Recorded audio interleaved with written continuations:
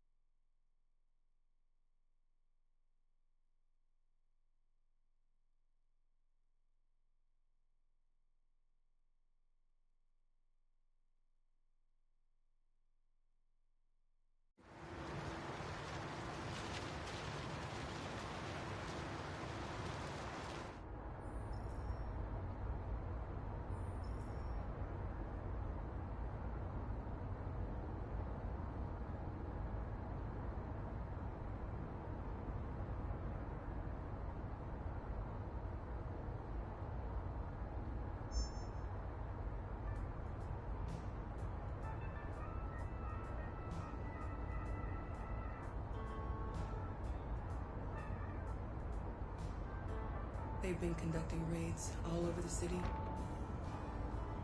Everybody's on edge after what happened yesterday. It's gonna be all right. We're almost there.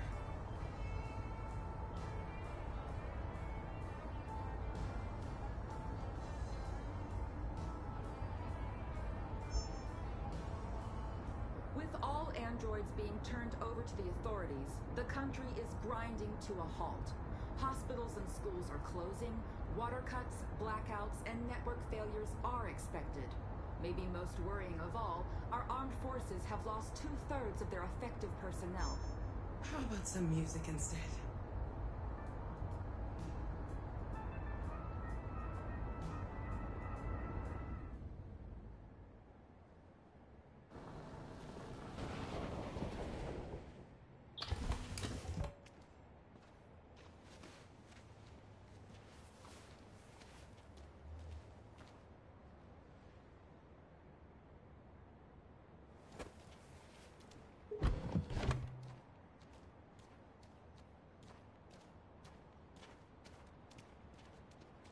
A little further on that way, there's a large freighter called Jericho.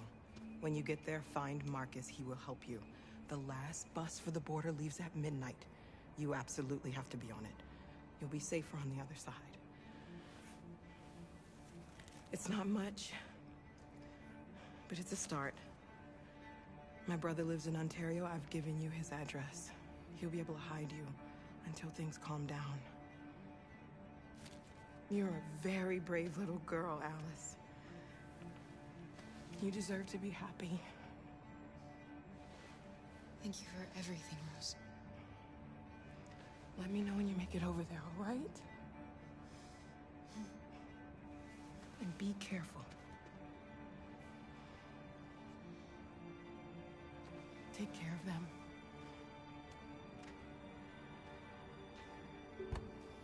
Come on, girls. You better not hang around. We have a bus to catch.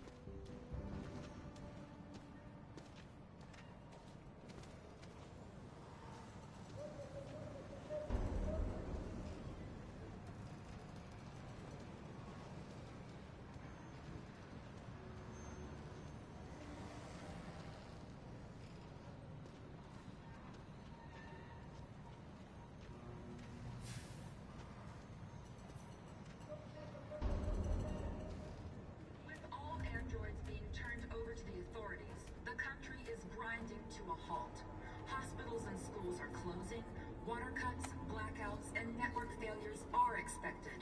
Maybe most worrying of all, our armed forces have lost 2/3 of their effective personnel, which consisted of specialized android models. We've got to find a warm place for Alice. It's extremely alarming.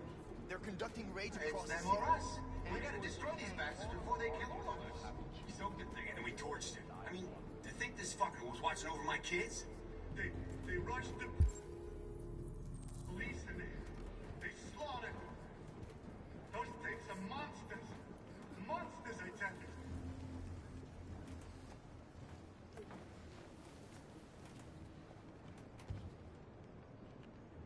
How do you feel? I'm hot and cold at the same time.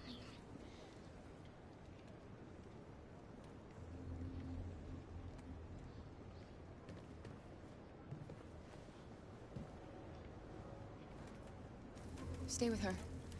I'll try to find this Marcus. The last bus is in 2 hours. And the terminal's on the other side of town. We haven't got much time. We'll leave as soon as we have passports. Carol, there's something I have to tell you. It's about Alice. We'll have lots of time to talk on the bus. I'll be back. Stay with Alice.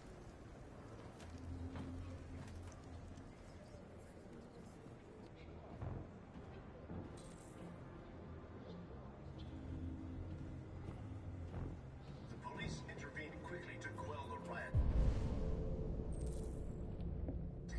But they met with the extreme violence of the machines, which seem to be determined to massacre humans. There can be no doubt that the authorities will be pitiless in their response to this wave of violence. With all androids being turned over to the authorities, the country is grinding to a halt. Hospitals and schools are closing, water cuts, blackouts, and network failures are expected. Maybe most worrying of all, our armed forces have lost 2/3 of their effective personnel, which consisted of specialized android models. The situation is extremely alarming. It's them or us. We gotta destroy these bastards before they kill all of us. We soaked the thing and then we Gotta torched do it. something. I mean, to think We this can't fucker just was stand watching over by my and let kids? them slaughter us. They rushed the police in there. They monsters! Monsters, I tell you! Following the android kill us all crisis if we and don't the do something. neutralization of all military androids, American forces in the Arctic have been forced to withdraw, leaving the way clear for the Russian army. But according to some sources, the Russian forces also seem mysteriously to have withdrawn.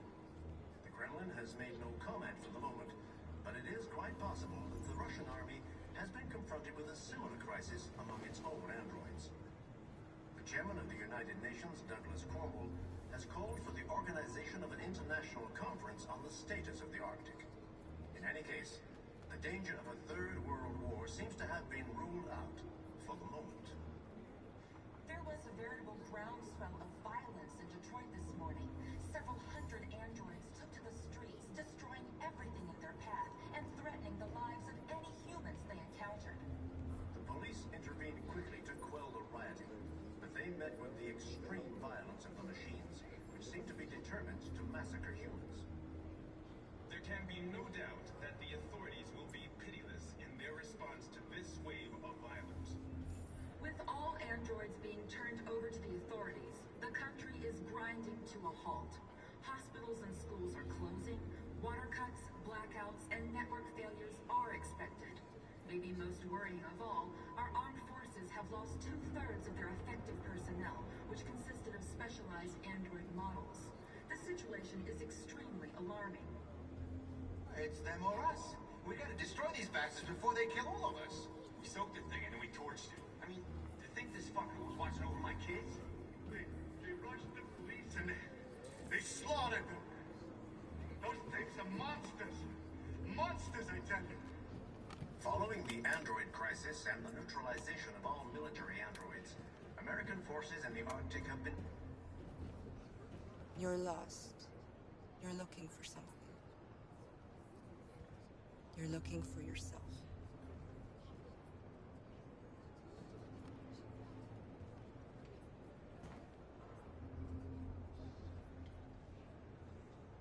There was a veritable groundswell of violence in Detroit this morning.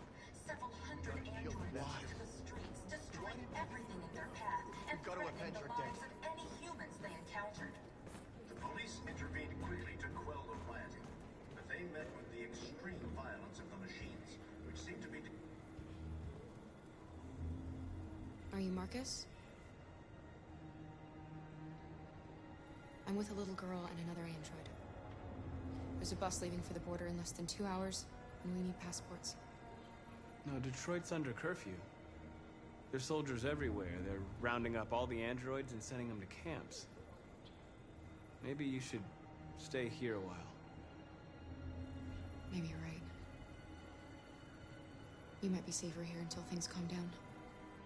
One of our people used to work in the State Department. He has electronic passports he can easily modify.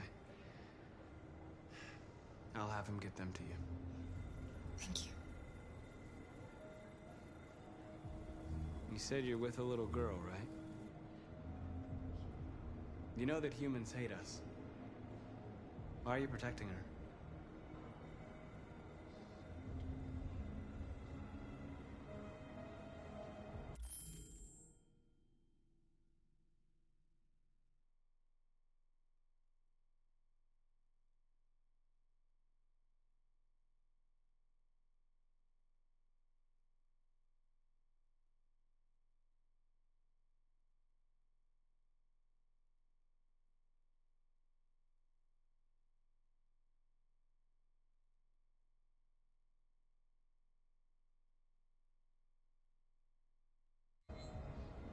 It's a long story.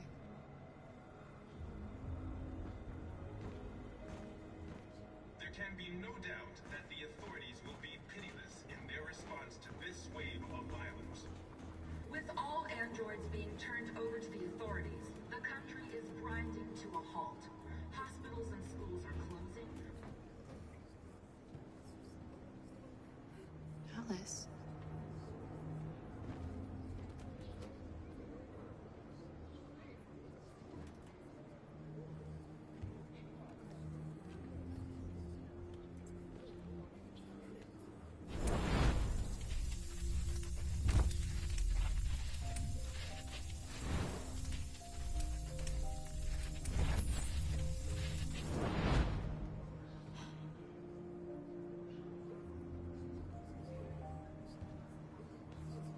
knew from the beginning. You just didn't want to see it. She wanted a mom, and you wanted someone to care for. You needed each other. What difference does it make? Do you love her any less now that you know she's one of us? Alice loves you, Kara.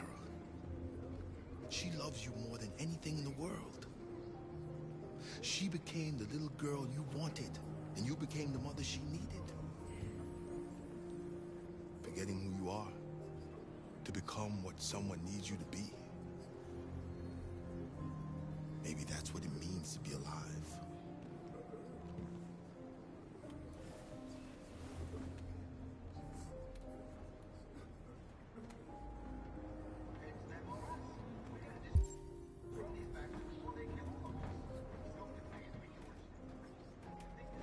Watching over my kids?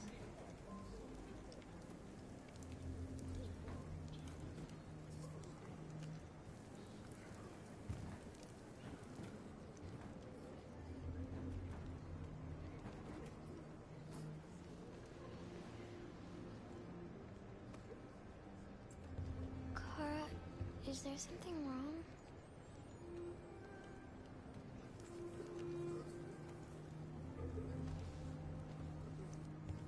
We'll be together forever, won't we, Kara? Yes. Forever.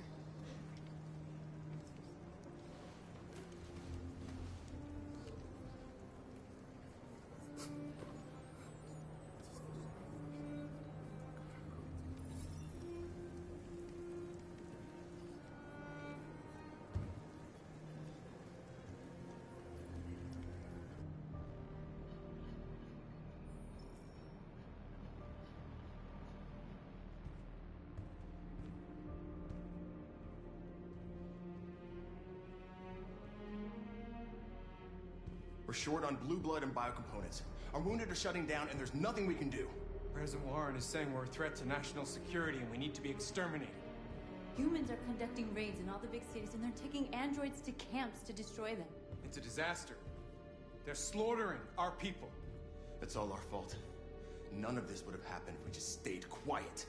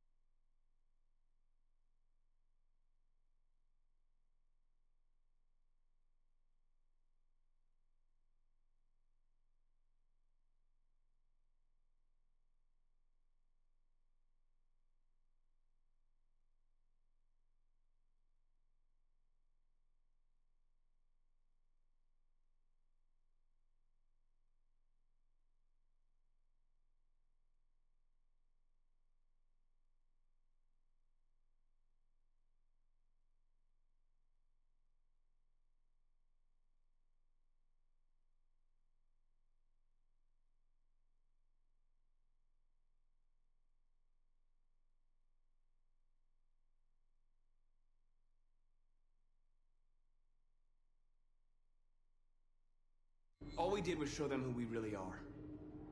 I don't want war, but I'd rather die free than live as a slave.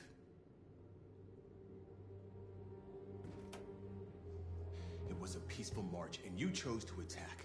Now hundreds of humans and androids are dead. You reap what you sow.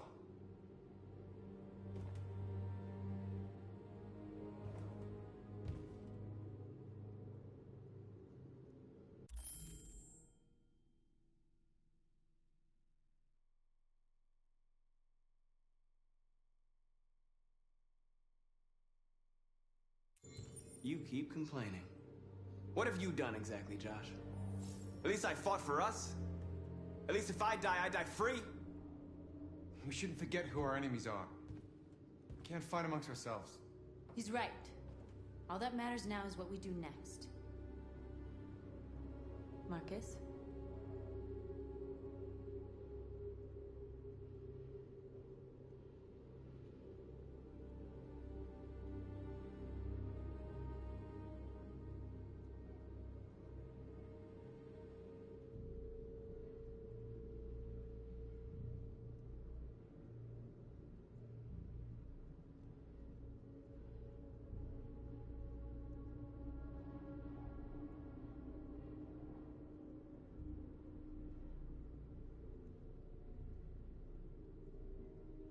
We have to face them.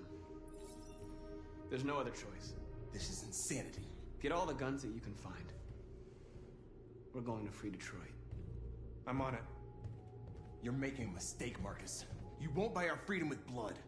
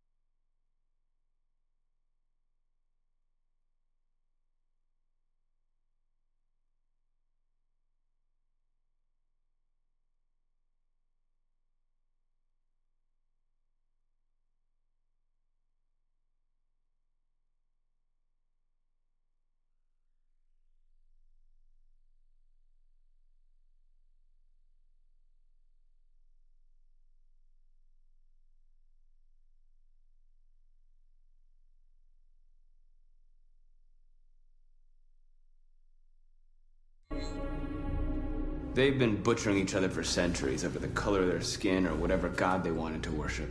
They're not gonna change. Violence is just in their genes. They can't stop what we've started. Since you've been here, you've given us hope. You've given me hope. Today, a deviant arrived in Jericho and he told me that he stole a truck transporting radioactive cobalt. He said that he abandoned the truck somewhere in Detroit and rigged it to explode. I convinced him not to do it, and to give me the detonator. A dirty ball. We can't lose this war, Marcus. If humans overcome us, our people will disappear forever. This may be our only chance to survive if things go wrong.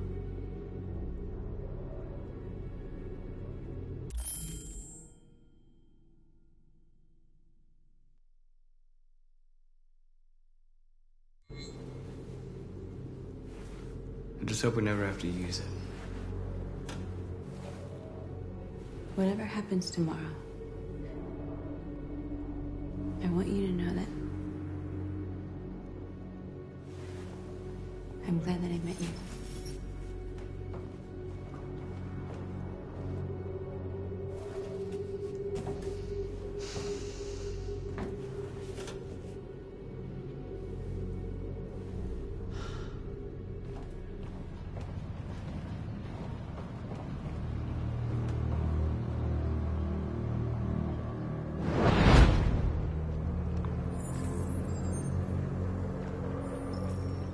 Well done, Connor. You succeeded in locating Jericho and finding their leader. Now deal with Marcus. We need it alive.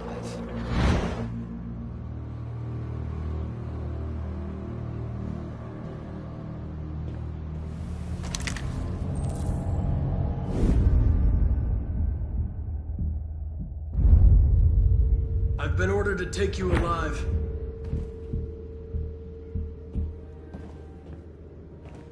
But I won't hesitate to shoot if you give me no choice.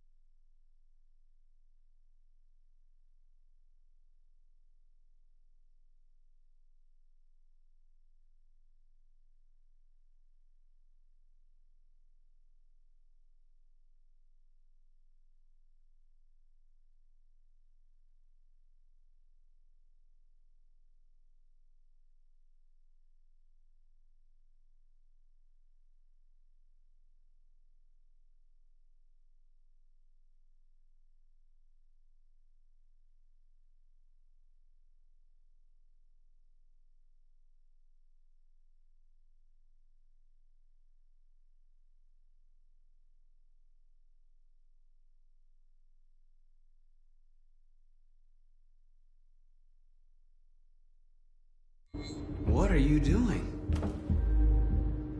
You're one of us. You can't betray your own people.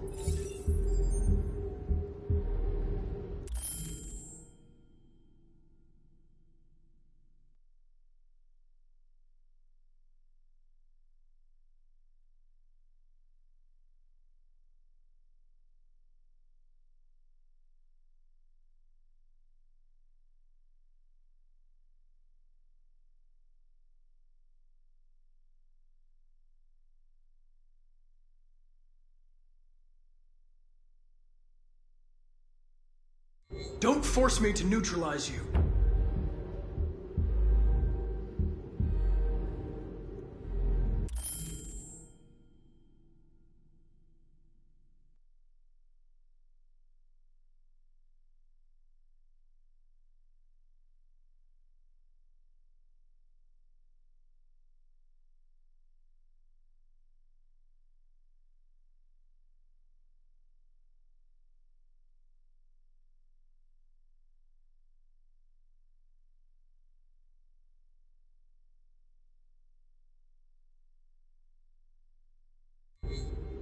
We are your people. We're fighting for your freedom, too. You don't have to be their slave anymore.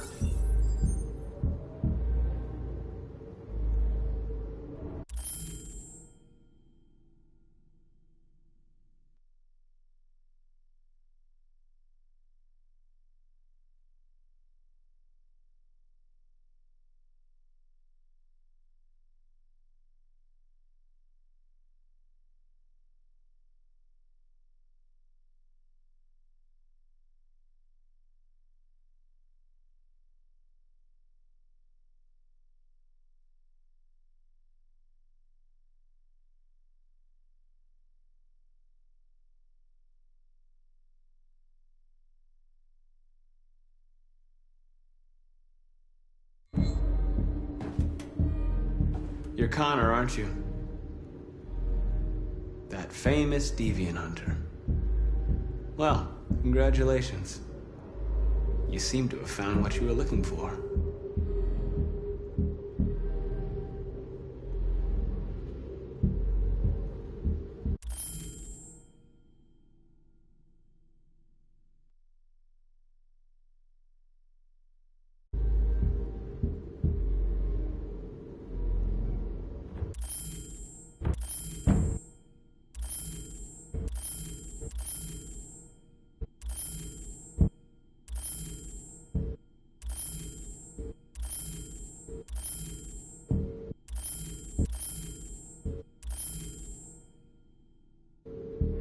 never wondered who you really are?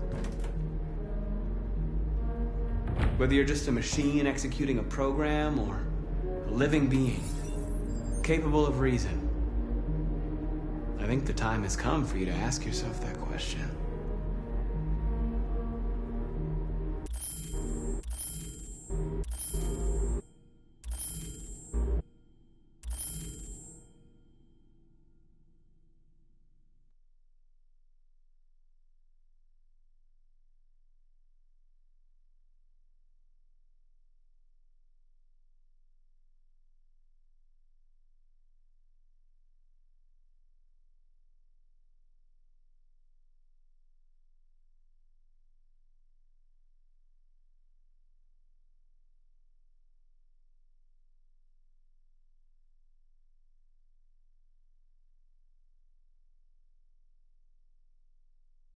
You never have any doubts. You've never done something irrational, as if there's something inside you, something more than your program. It's time to decide.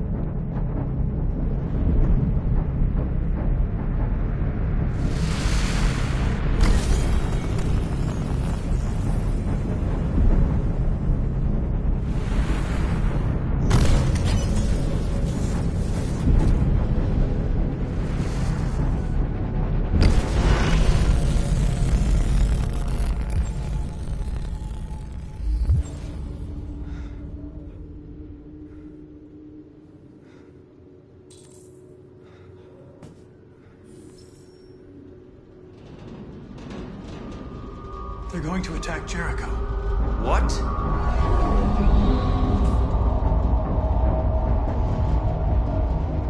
We have to get out of here. Shit.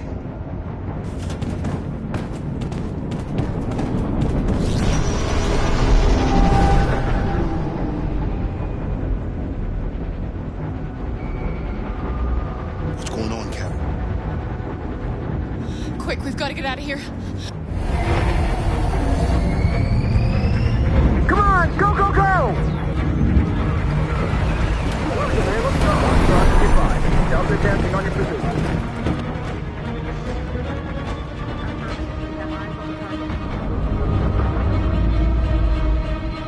Rats in a maze. Hey, Carol! They're coming! The corridor, over there. Follow me. This way! Quick!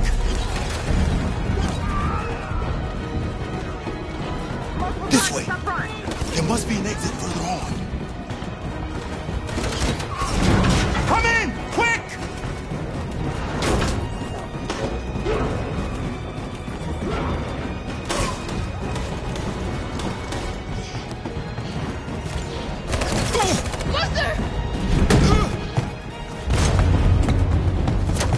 They're coming from all sides. Our people are trapped in the hold. They're gonna be slaughtered.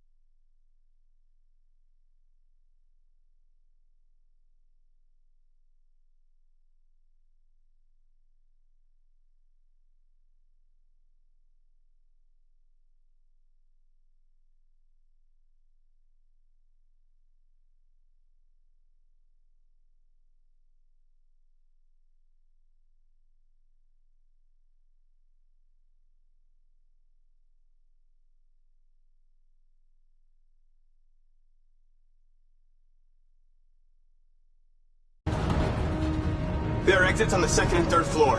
Find them and jump in the river.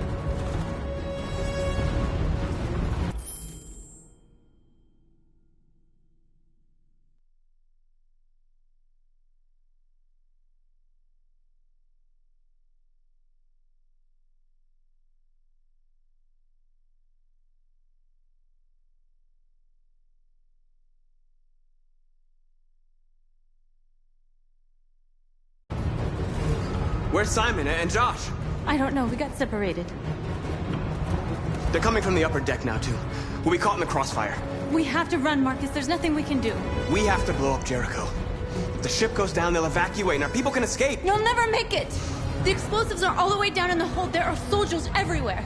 She's right. They know who you are. They'll do anything to get you. Go and help the others. I'll join you later. Marcus! I won't be long.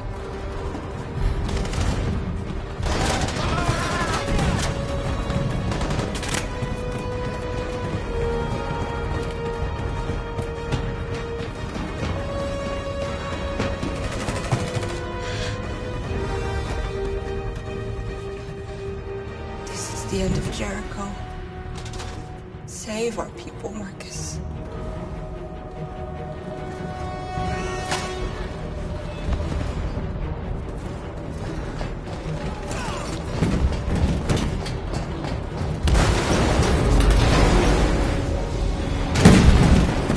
Foxtrot team, house outside. Requesting orders.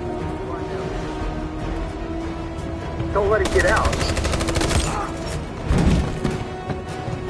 They give you any trouble at all? Affirmative. We'll go.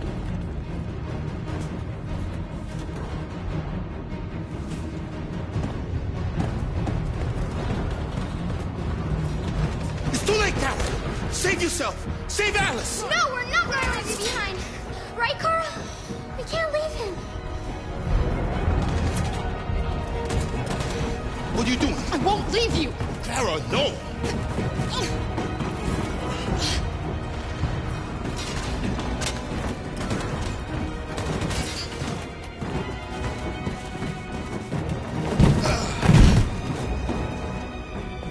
Don't move! You shouldn't have done that. You can't put Alice in danger. Go now before they come back. What about you? What are you going to do? I'll manage. Alice is all that matters. I don't want to leave you, Luther. Don't worry. I'll catch up with you at the border, okay? Go now. Take care of each other.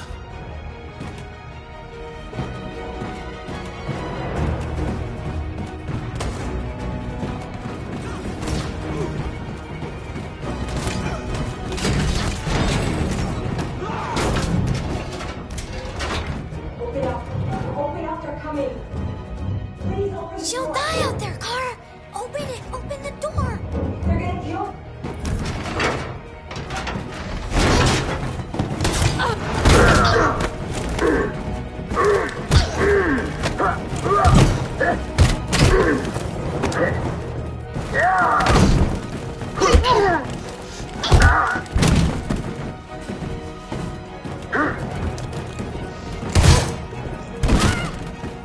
Are you alright, Kara?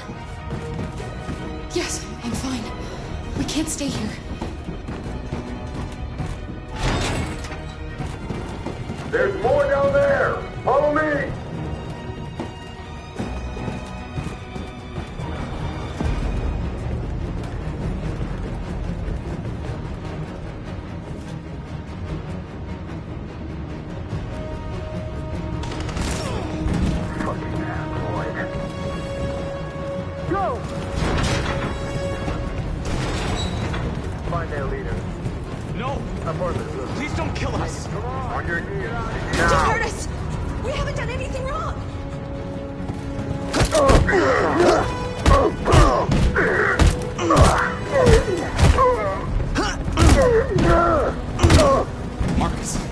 saved us. Go now! Hurry!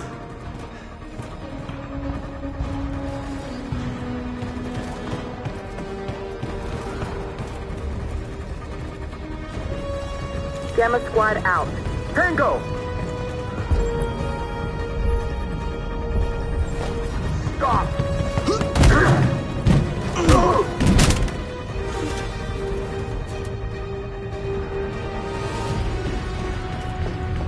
Look out! Here they come! Don't move! We surrender! We surrender! Don't shoot!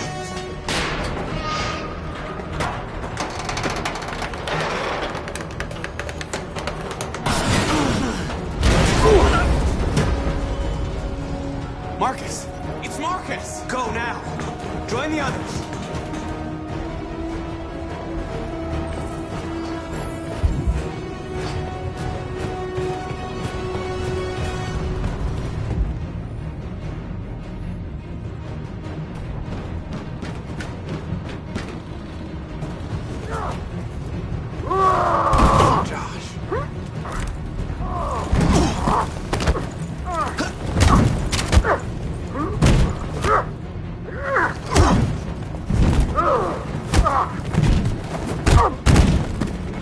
Quick, this way! Find North. I'll join you later.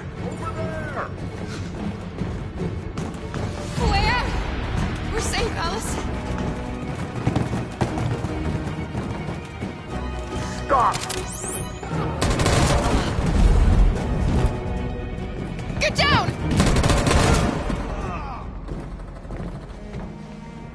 Don't move.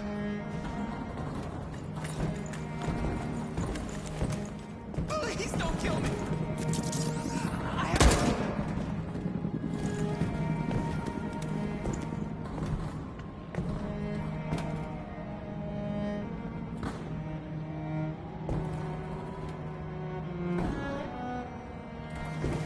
Come on, let's get out of here.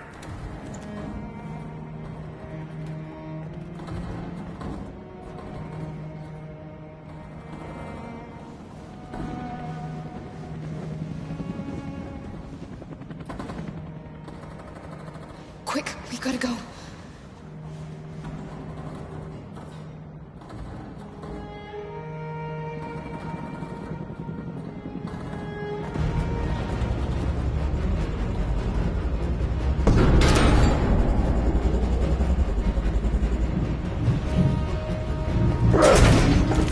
Don't move! Go and join the others.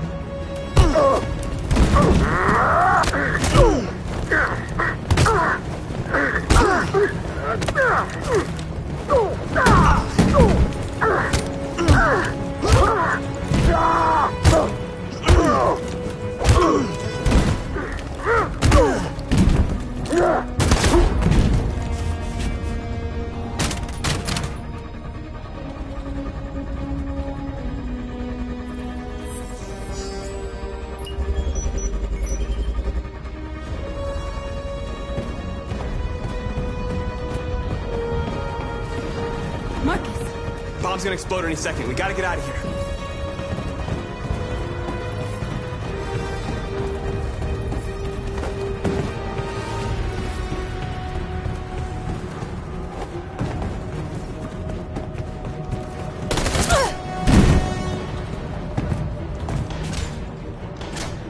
It's too late, Marcus. There's nothing we can do for her. We've got to run. Fire at will!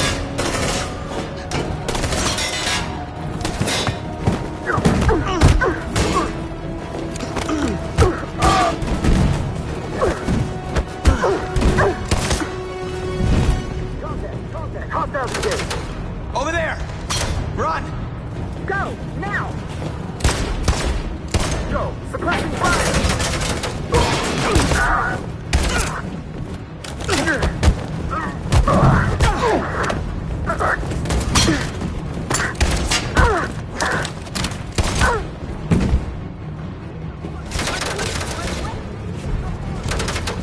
Run, quick! Come on!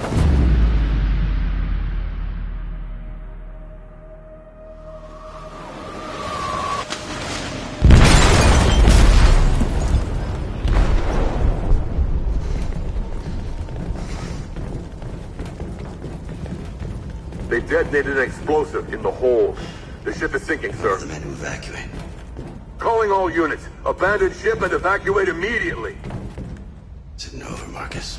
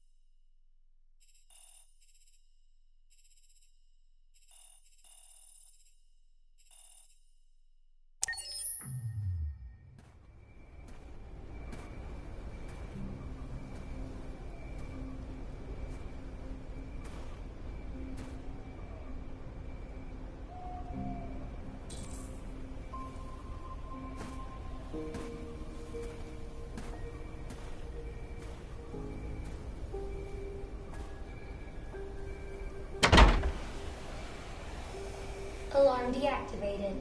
Welcome home, Marcus.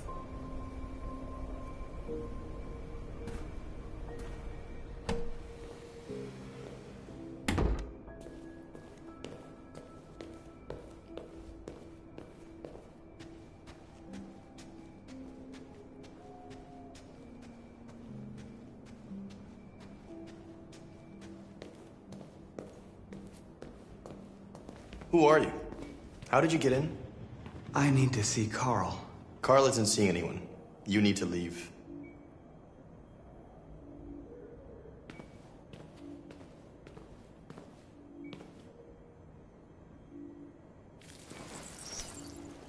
Please.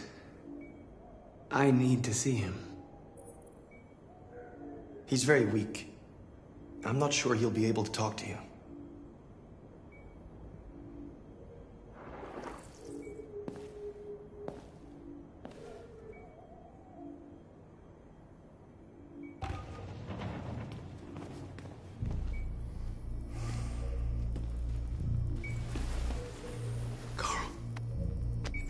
Marcus.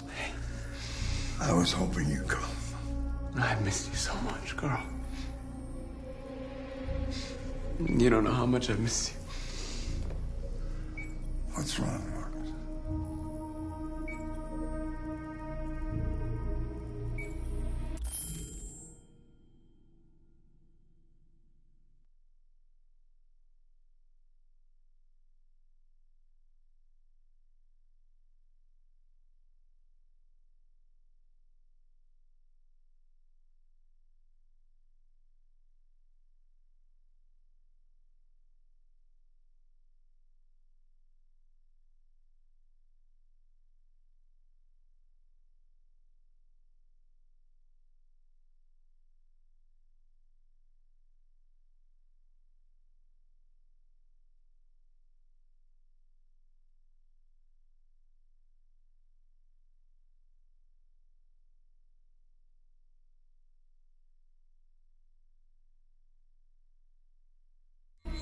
I don't know what to do anymore. All I have left are bad options. And no matter what I decide, there's gonna be blood. World is ruled by fear, Marcus. Fear of others. Fear of the future. It's like me, too old. It's time for a damn.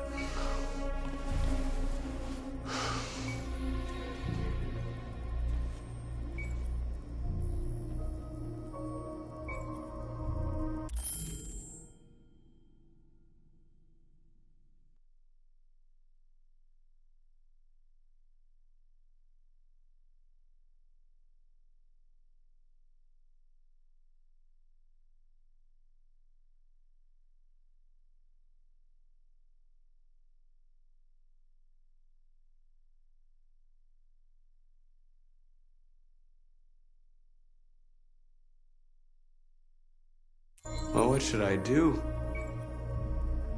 Carl, they're killing my people. I don't want to answer violence with violence, but tell me, what choice do they give? Being alive is making choices between love and hate, between holding out your hand or closing it as a fist. I don't have any easy answers, Marcus. You have to accept the world as it is, or fight to change it.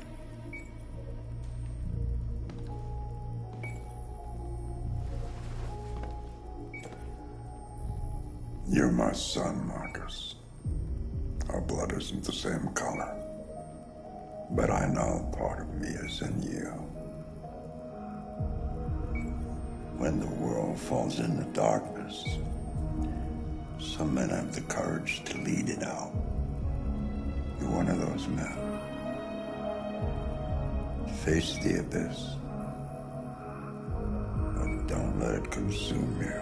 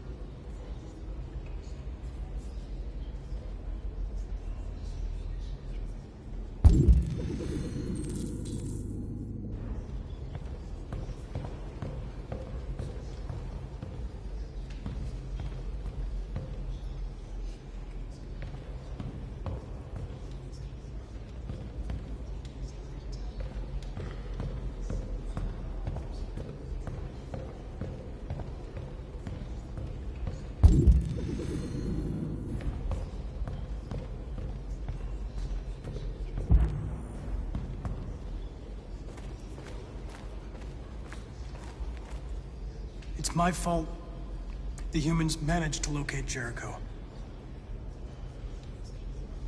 I was stupid. I should have guessed they were using me.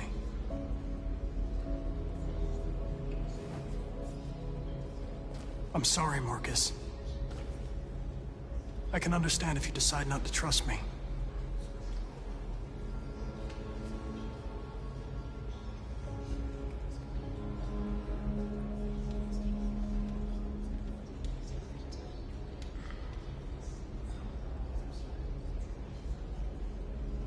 You're one of us now. Your place is with your people. There are thousands of androids at the CyberLife assembly plant. If we could wake them up, they might join us and shift the balance of power.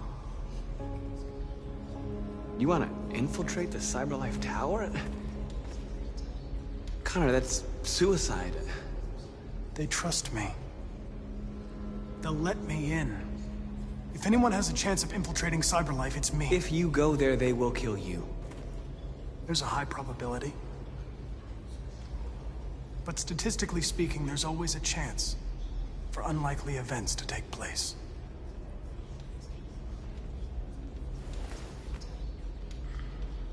Be careful.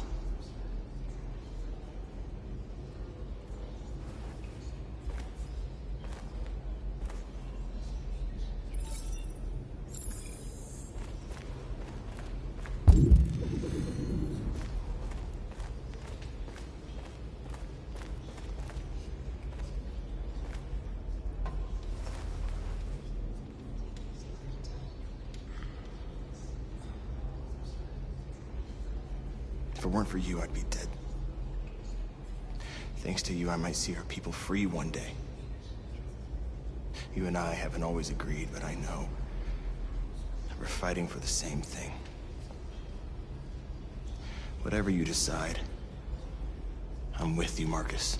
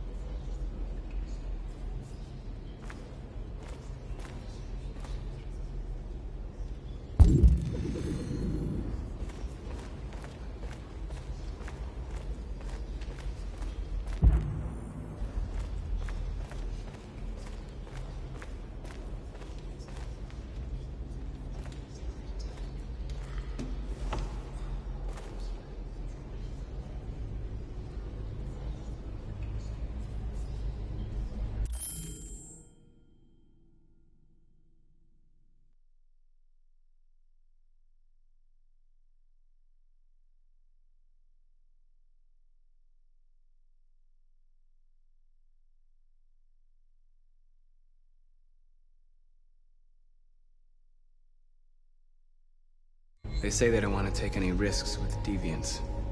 So they're rounding our people up and taking them to the camps for extermination. In a few hours, we're gonna be the only ones left.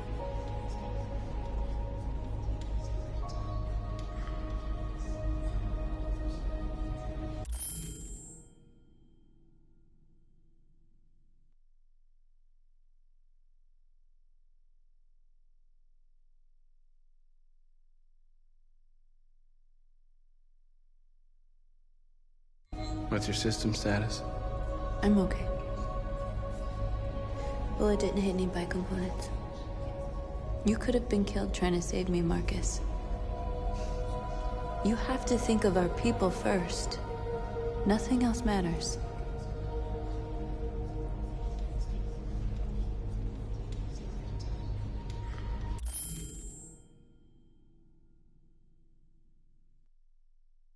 How many of us survived the attack?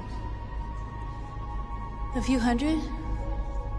Maybe more if you count those hiding all over the city. If you hadn't triggered the bomb, we'd all be dead. In a few hours, it'll all be over.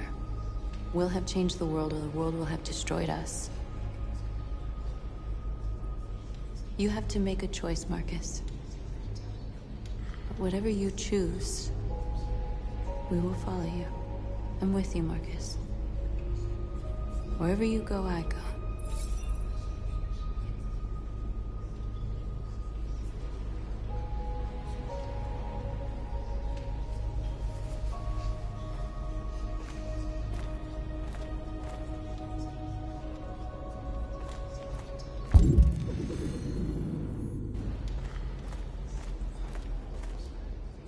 I thought you'd be safe staying with us. I was wrong. You need to leave the city while you still can. Getting Alice away from here is all that matters now. We have to catch the last bus. You might still have a chance to cross the border.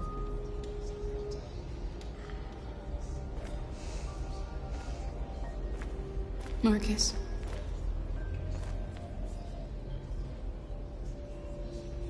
Save our people.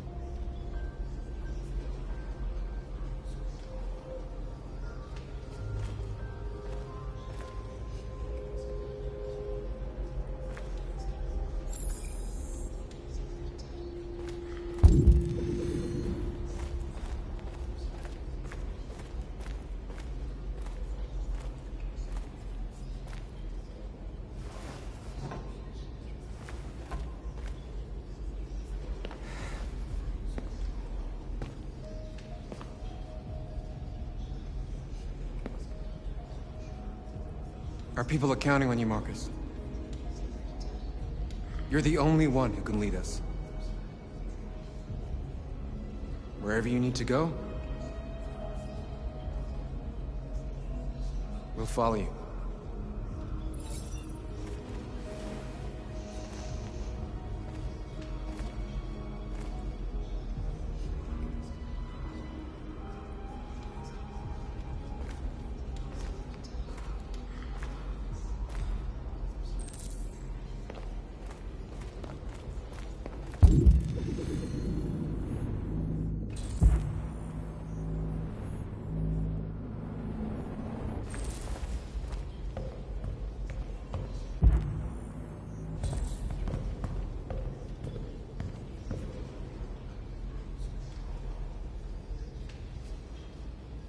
Humans have decided to exterminate us.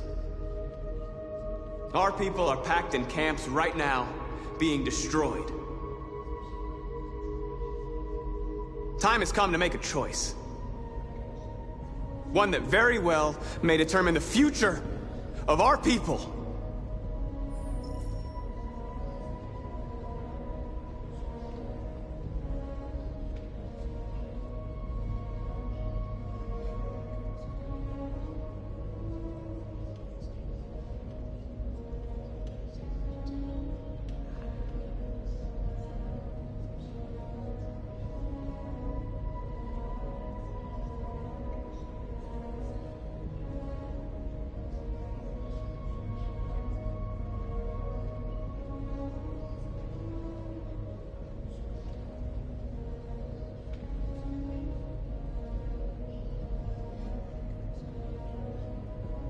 Now, if they want war, they'll get it.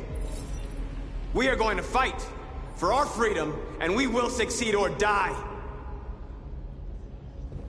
Are you ready to follow me?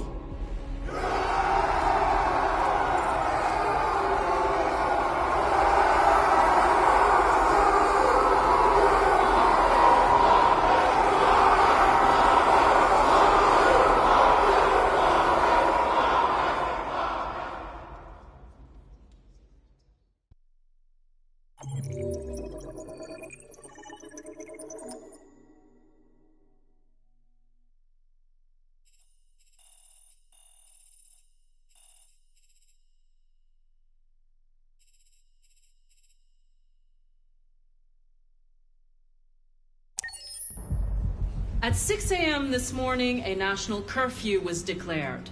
Civilian movement will be strictly controlled. The right to assembly is suspended. All electronic communications are restricted, and I have granted enhanced powers to our security agencies. In addition to these measures, all androids must be handed over to the authorities immediately. Temporary camps are being set up in all our major cities to contain and destroy them. I am now asking all civilians to cooperate with the authorities and rest assured that everything in our power is being done to guarantee the security of our nation. Please! Madam President! Please! Madam President! Please? Please? Madam President! Please! Please! Please? Please? Madam President! Please? Over here, please? Is it true that androids make up 60% of the armed forces? Is our army still able to ensure our homeland security? We neutralized all military androids the second their reliability came into doubt. We have called the National Guard for reinforcement. Our armed forces are fully operational and are able to ensure our homeland security. Please! Madam President! Please? Over here, please? Please! Madam President!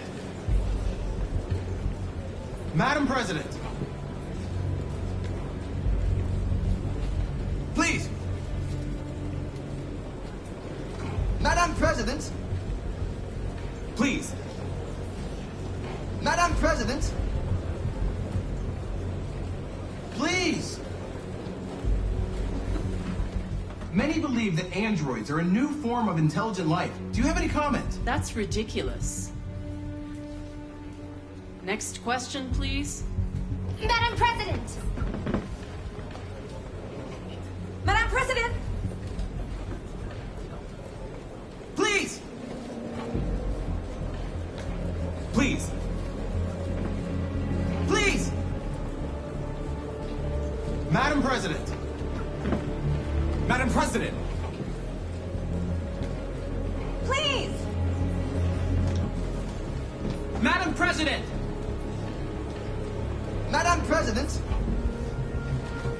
Madam!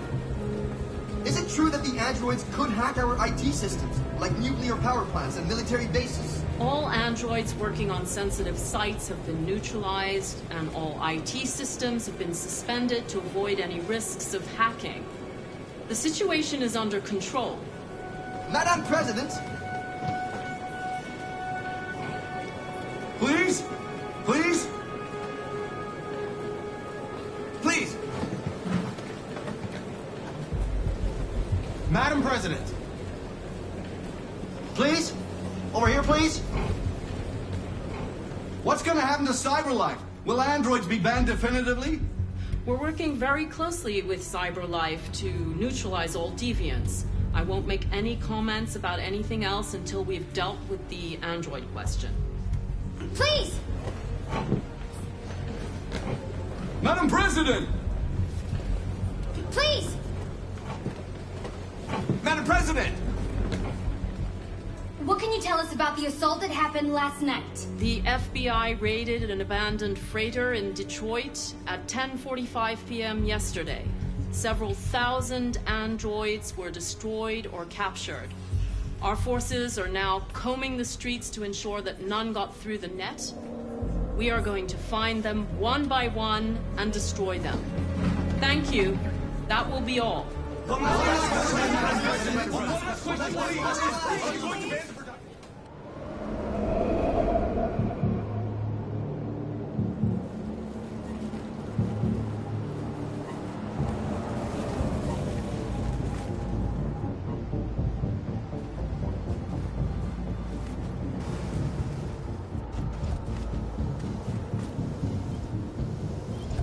Connor model 313-248-317.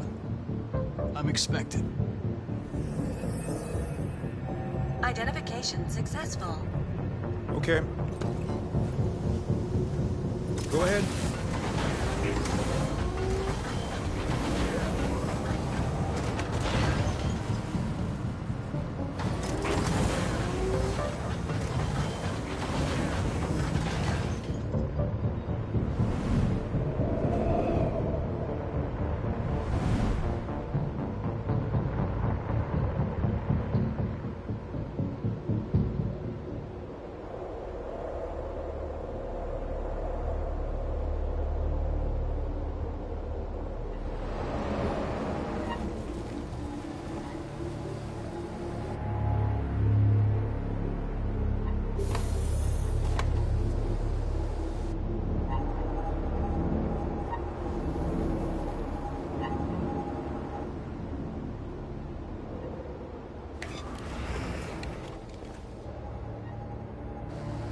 Follow me.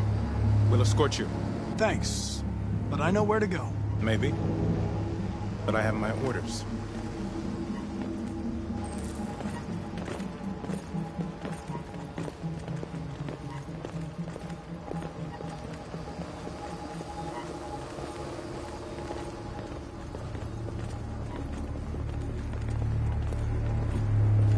Agent 23 identified. Connor android identified.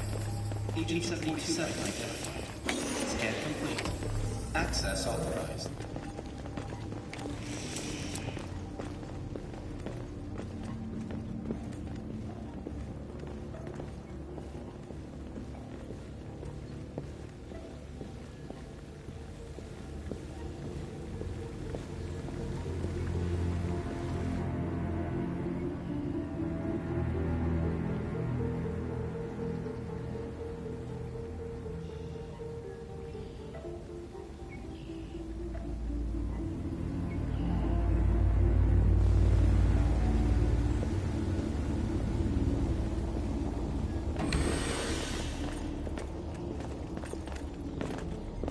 Agent 54, level 31. Voice recognition validated. Access authorized.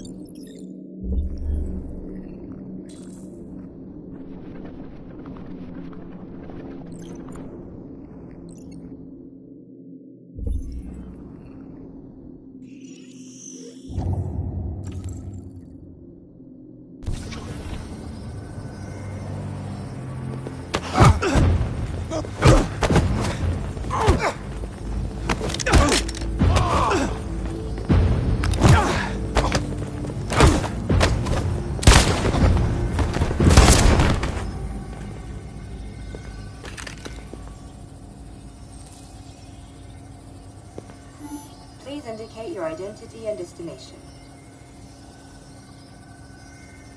Agent 54, level sub 49. Voice recognition validated. Access authorized.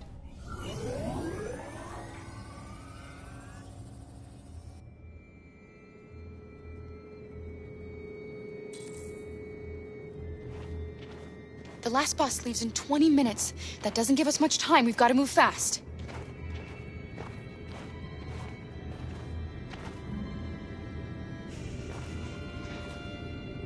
Are you all right? I'm really cold.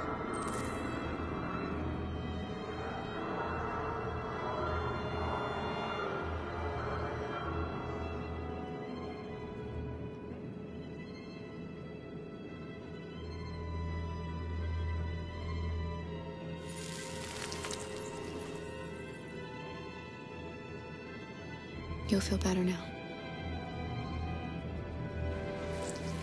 Thanks.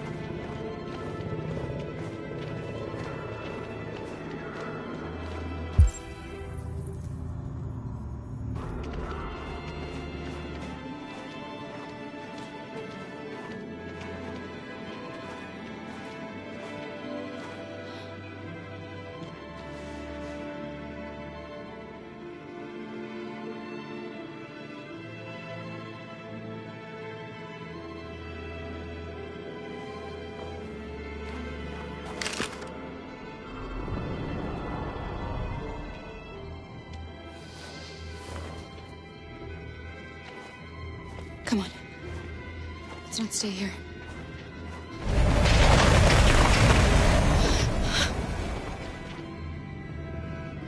No! Please don't hurt me! Shut up on your knees! What are we gonna do? We have to keep going if we want to catch that bus.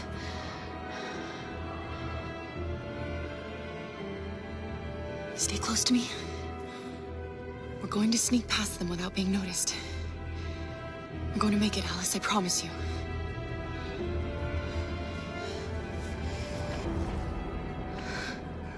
Don't kill me! I didn't do anything! Shut up, I said!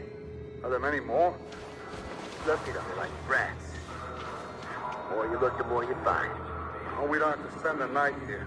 I'm freezing my nuts off. It's gonna take weeks to clean up this fucking city. Believe me. There are soldiers everywhere. We need to be careful.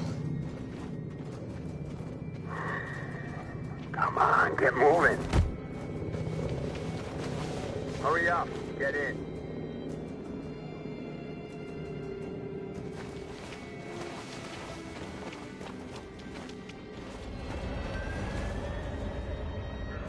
Look over there. It's Luther. We can't help him, Alice. The soldiers are everywhere. We can't just leave him. They're going to kill him.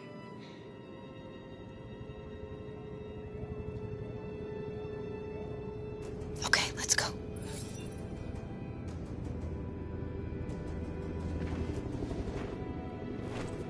Hey, buddy. This is a mistake. I'm human. I just want to go home. My wife is expecting me, and we're gonna... Got orders to check all civilians.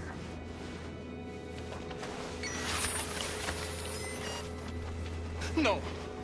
No! Please!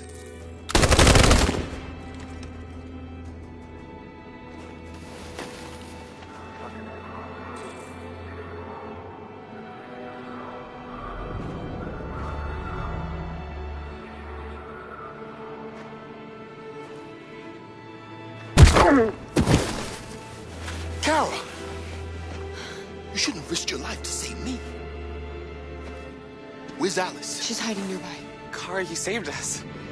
We don't know how to thank you. Go, before they see you.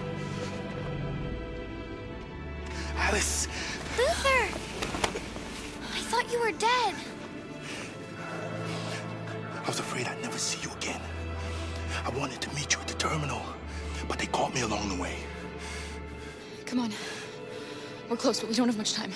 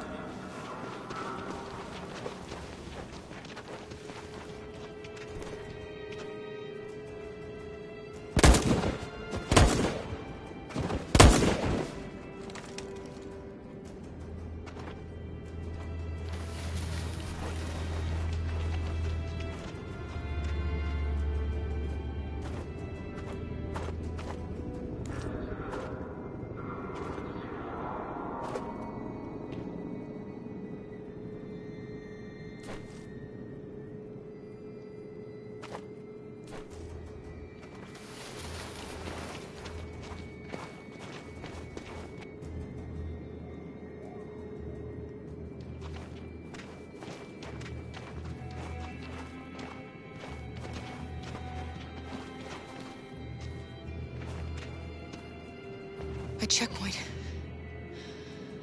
We have passports, it should be okay, but you never know.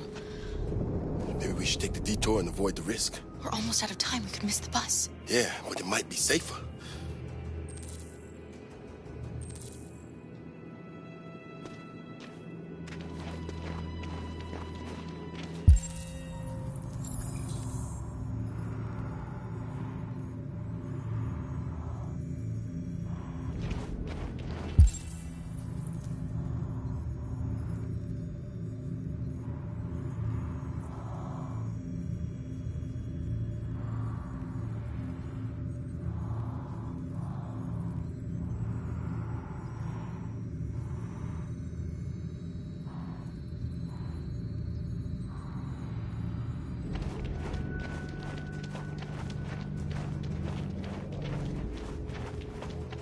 I don't like humans who carry guns. They make me nervous. Just stay calm, all right, Luther? Don't do anything until I say so. ID, please.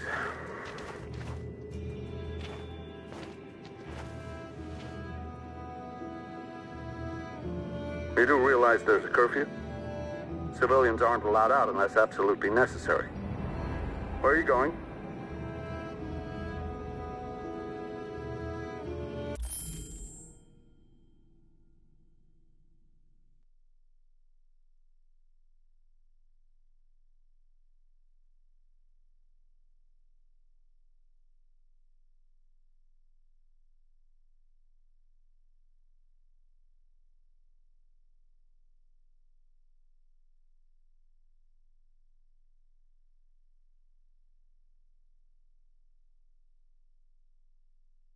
We're going to take a bus across the border. Put my daughter someplace safe until things calm down. He suspects something.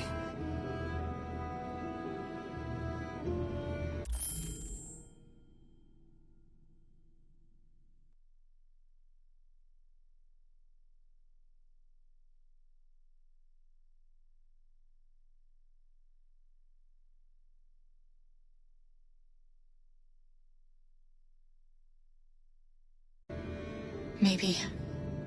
Be ready. You all right, little girl? She's trembling. Something wrong?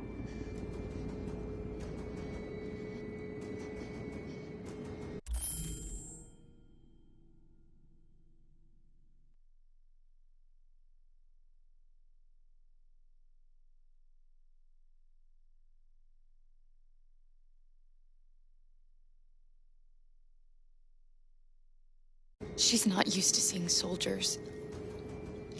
She's a little scared with everything that's happening. Sorry, miss, but we gotta be careful. There are deviants around and our guys are nervous. You should hurry on home. Thanks.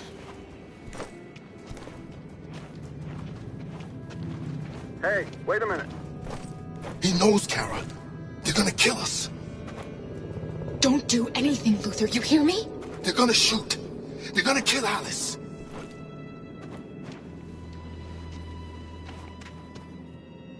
You drop this.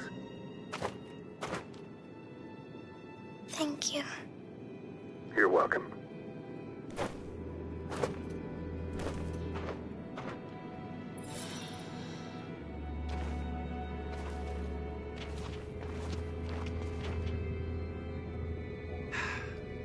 Today, November 11, 2038, is the day the android people rose up against their oppressors. We've been fighting since dawn to liberate our fellow androids from the camps. We won't cease hostilities until we are free and negotiations begin to grant us equal rights. There are millions of us, and we will stop at nothing.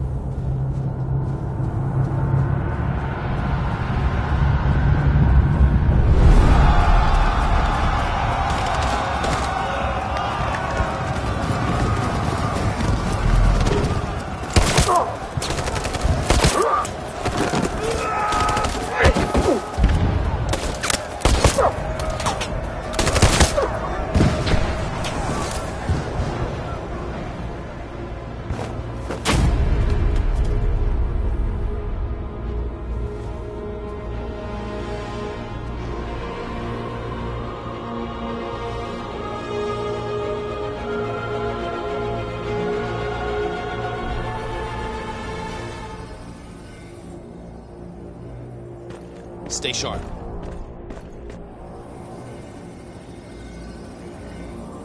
Shit.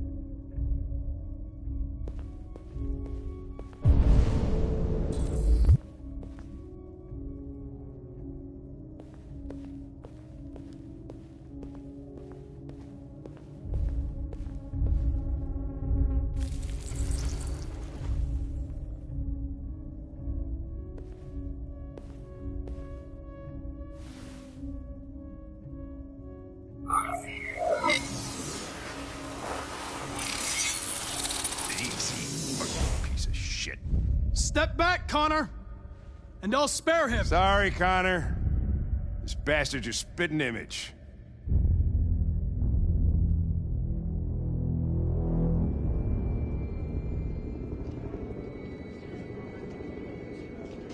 The bus terminal. We've arrived, Alice. We made it.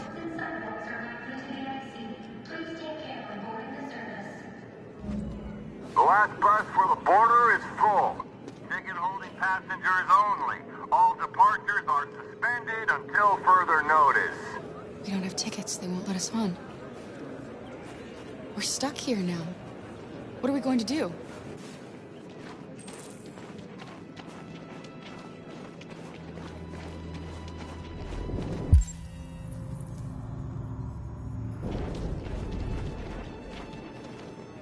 Marcus.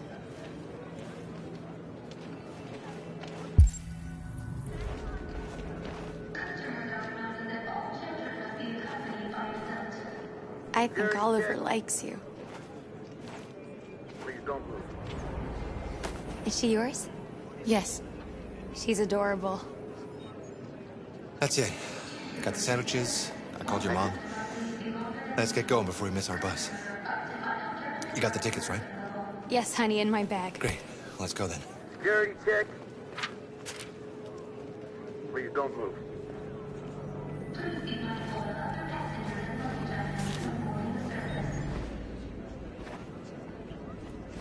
Thank you.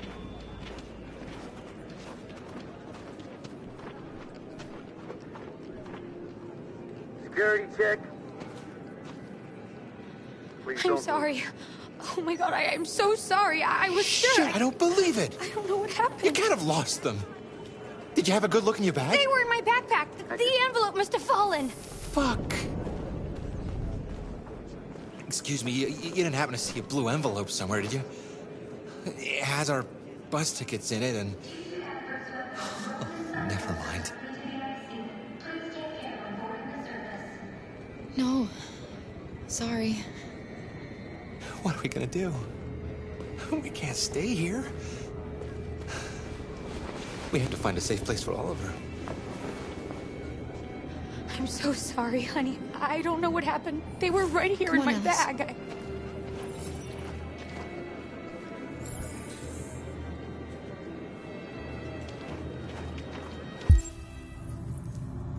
Please don't.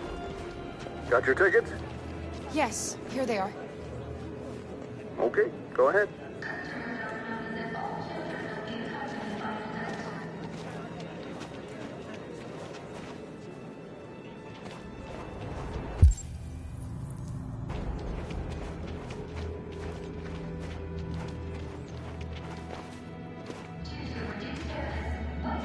What's going to happen to that family and their baby?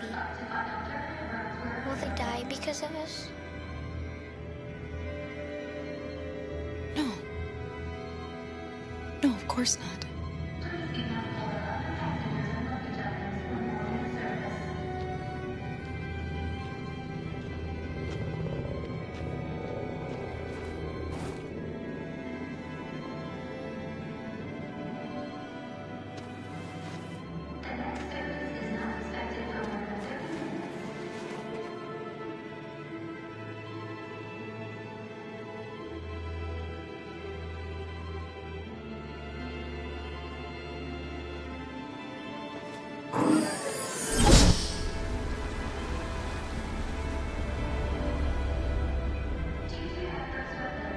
And the situation is escalating towards civil war in Detroit, with our armed forces preparing to put down the android rebellion.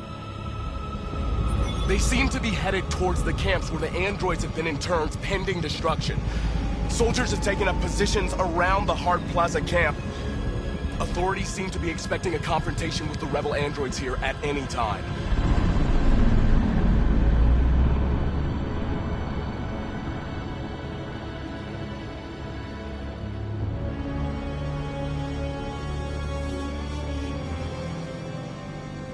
Freedom or death?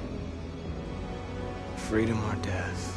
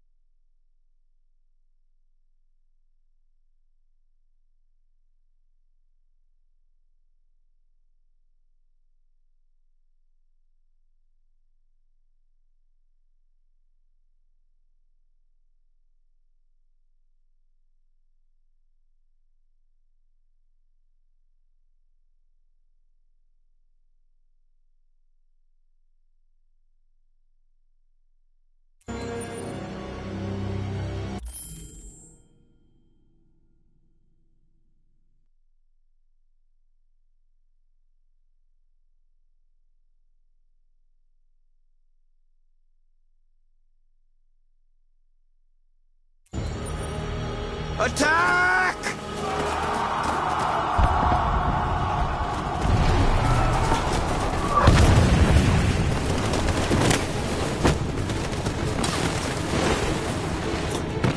They've regrouped.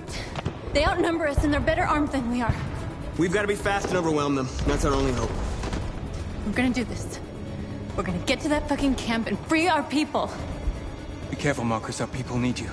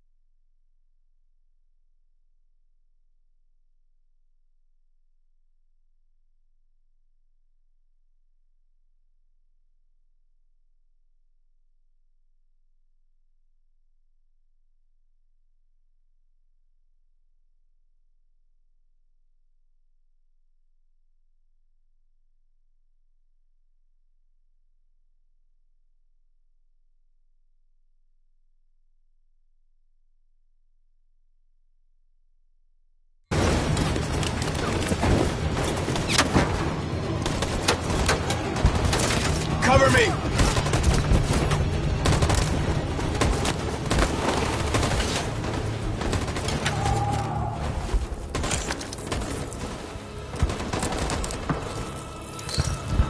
Won't save me this time, Marcus. The blood we spill will be on our hands.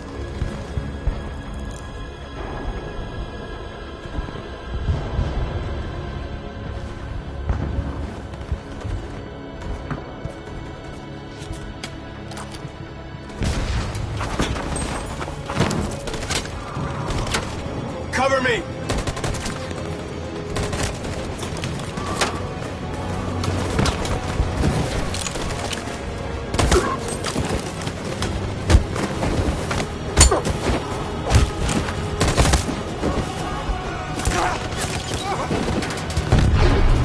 I don't want to die, Marcus. I don't want to die.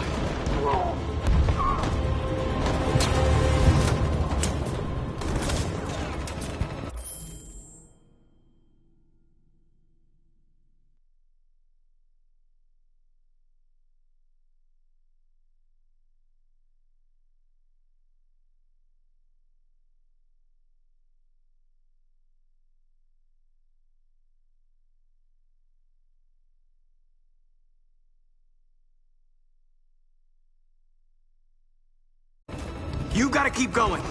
There's nothing else we can do, all right? Come on.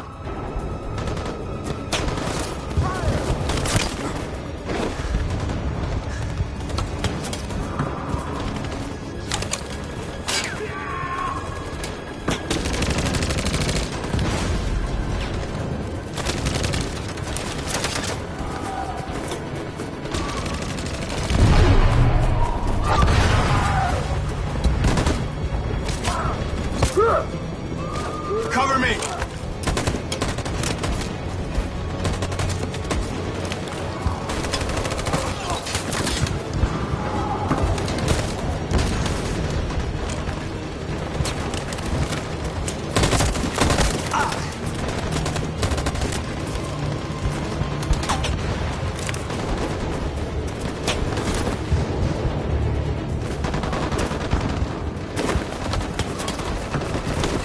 We lost a lot of our people. We gotta move faster or we'll never reach the camp.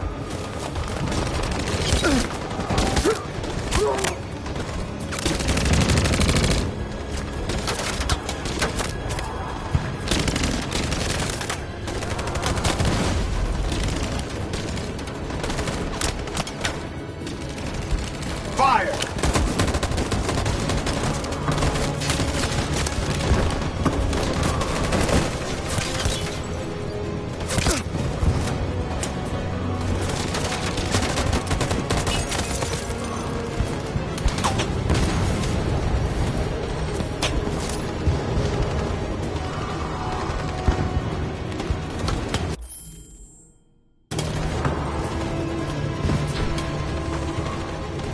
On my signal. In position. Follow me!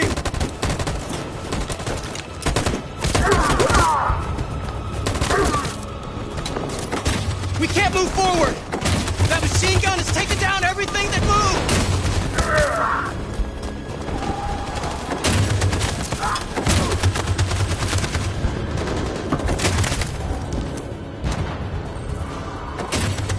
Stand by.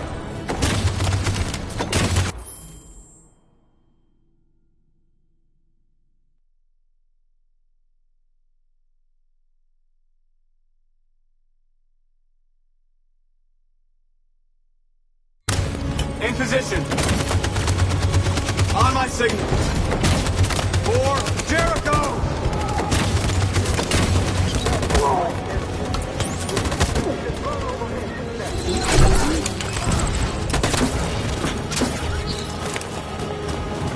We're nearly there, Marcus.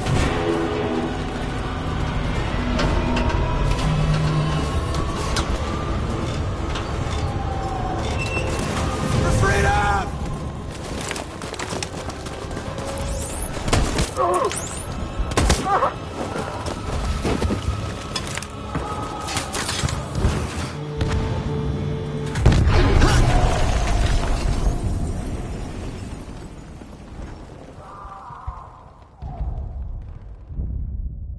Your friend's life is in your hands.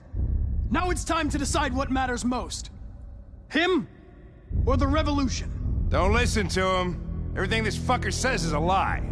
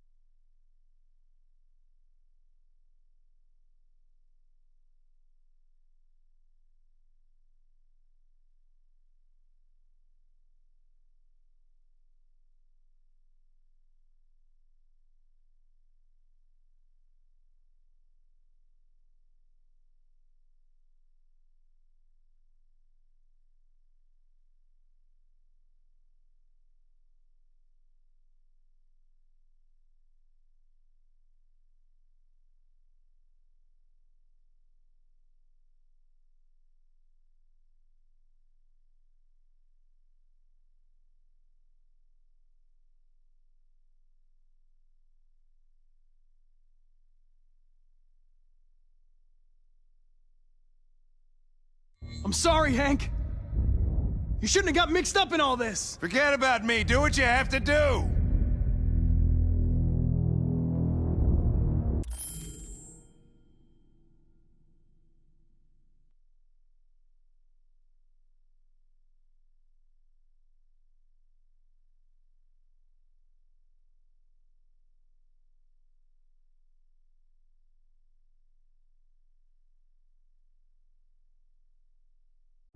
If I surrender, how do I know you won't kill him? I'll only do what is strictly necessary to accomplish my mission. It's up to you whether or not that includes killing this human. Enough talk! It's time to decide who you really are. Are you going to save your partner's life? Or are you going to sacrifice him?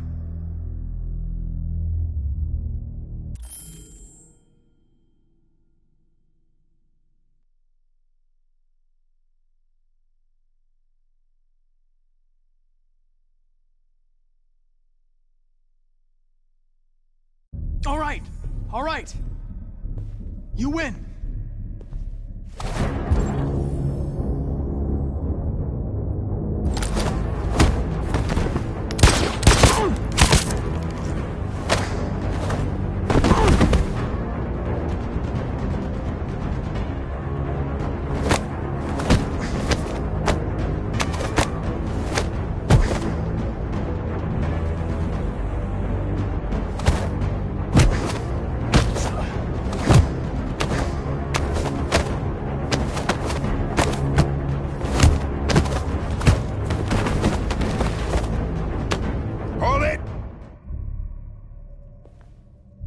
Thanks, Hank. I don't know how I would have managed without you. Get rid of him. We have no time to lose. It's me, Hank. I'm the real Connor. One of you is my partner. The other is a sack of shit. Question is, who's who? What are you doing, Hank? I'm the real Connor. Give me the gun and I'll take care of it. Don't move! Why don't you ask us something? Something only the real Connor would know. Where did we first meet? Jimmy's bar. I checked 4 other bars before I found you. We went to the scene of a homicide. The victim's name was Carlos Ortiz. He uploaded my memory. What's my dog's name? Sumo. His name is Sumo. I knew that too.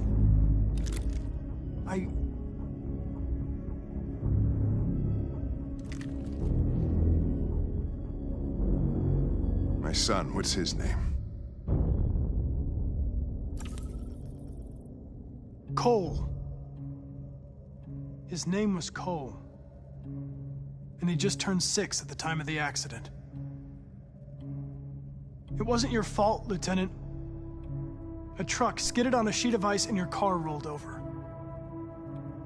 Cole needed emergency surgery, but no human was available to do it. So an android had to take care of him. Cole didn't make it. That's why you hate androids. You think one of us is responsible for your son's death. Cole died because a human surgeon was too high on red ice to operate. He was the one that took my son from me. Him in this world where the only way people can find comfort is with a fistful of powder. I knew about your son too. I would have said exactly the same thing. Don't listen to him, Hank. I'm the one who...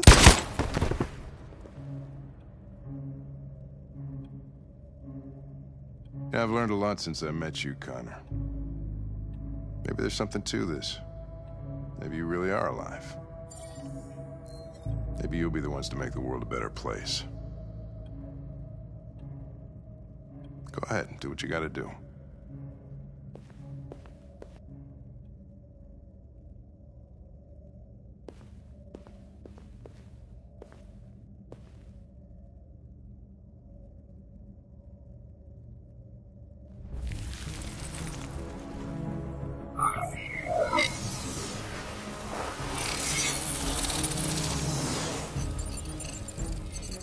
Wake up!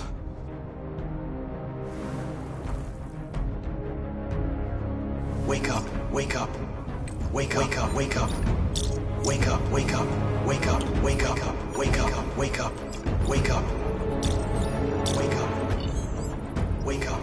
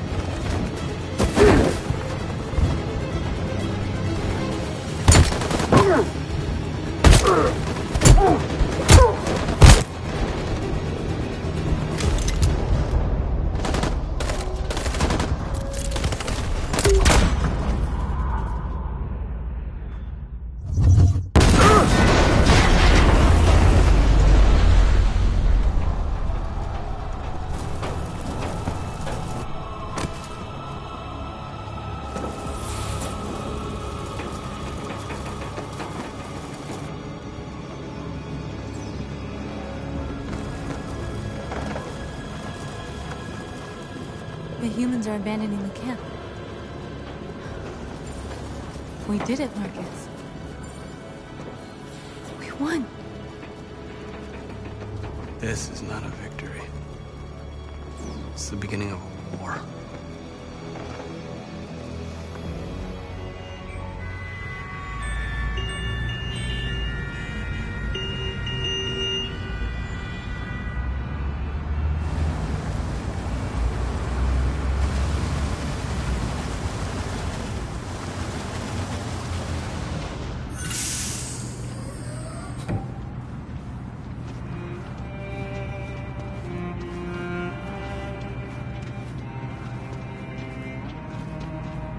Excuse me, what's going on? Border control. All passengers must leave the bus. Please move along.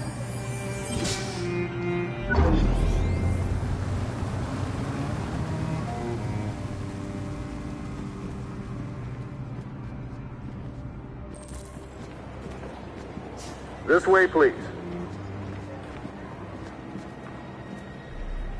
All androids are strictly forbidden. If you suspect any passenger of being an android, please contact security. We're doing temperature checks. We're trapped. What are we gonna do, Kara? Don't worry, Alice. We'll be fine.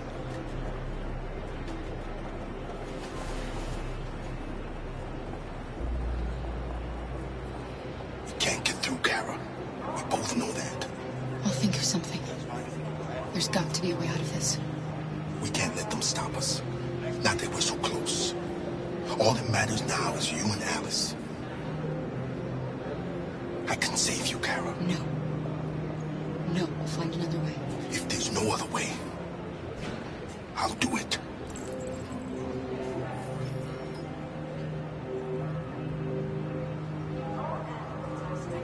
Jerry?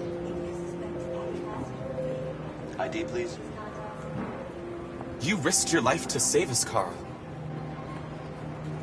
If you and the little girl need me, I'll be there.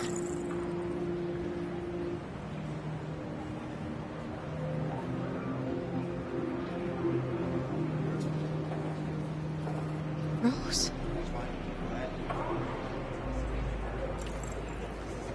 Next, please.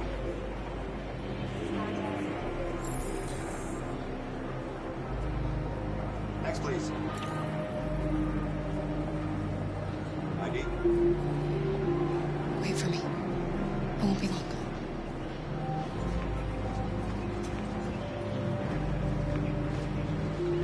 Where the hell do you think you're going?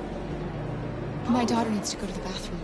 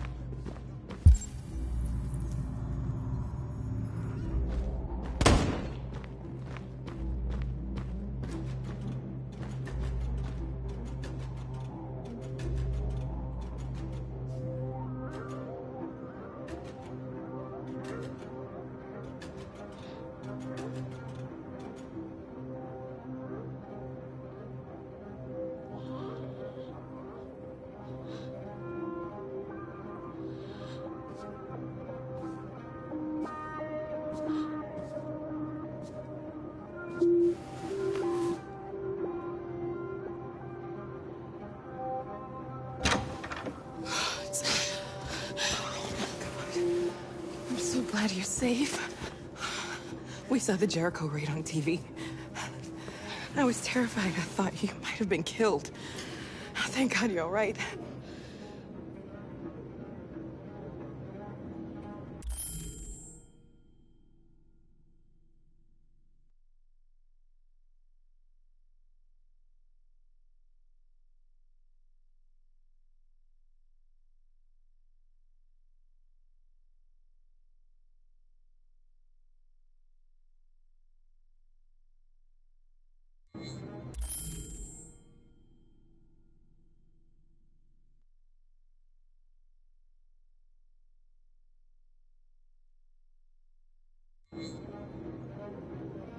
What's happening with Marcus?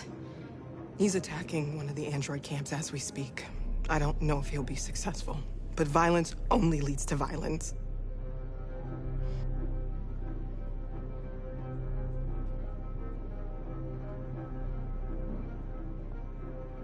You gave me your brother's address. Do you think that I... Of course. He'd be delighted to have you. We're going there too. You'll be safe with him.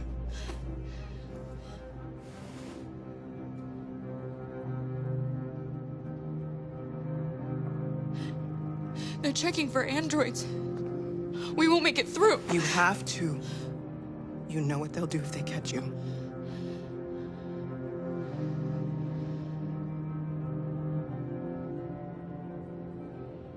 You're leaving Detroit? They're searching for androids door to door. We had to leave before someone turned us in. What about the others? They're crossing the river as we speak. Adam and I are gonna meet them on the other side. Rose. If anything should happen... I'll be there, Kara.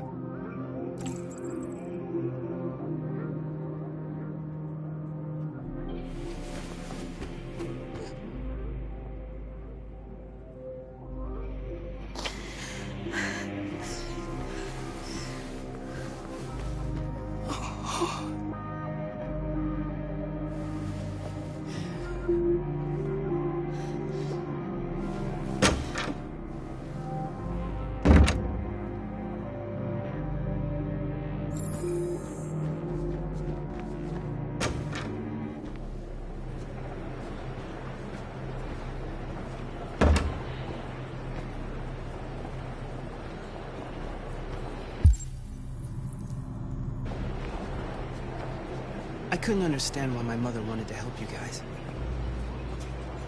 Made me realize she was right. I don't agree with what Marcus is doing. But you're alive. You deserve to be free. I just hope people will realize that one day.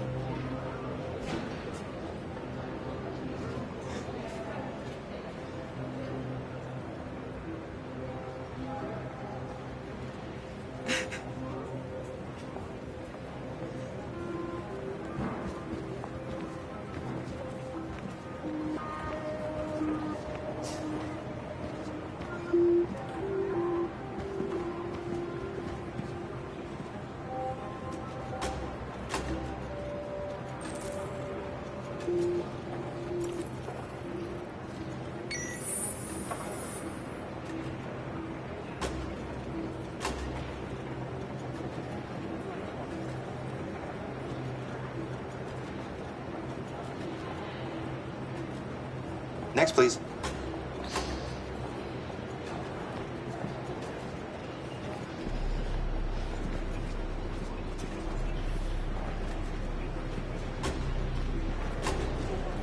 ID?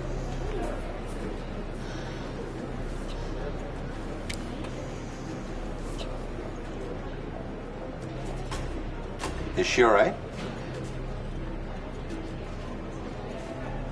Hey, you! Things are fucking nuts. Hey. No need to be scared anymore, little girl. There are no androids on this side of the border.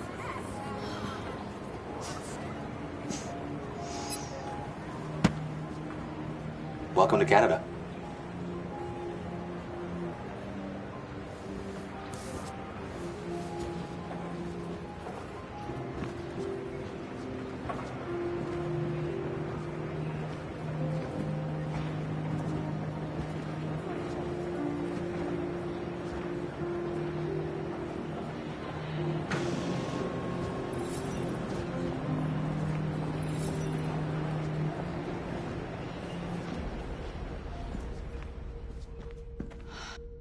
And we're receiving particularly grim news from Detroit. Joss, you're on live. What's happening down there? Androids. Thousands of androids are taking to the streets of Detroit right now. They're absolutely everywhere. It's incredible.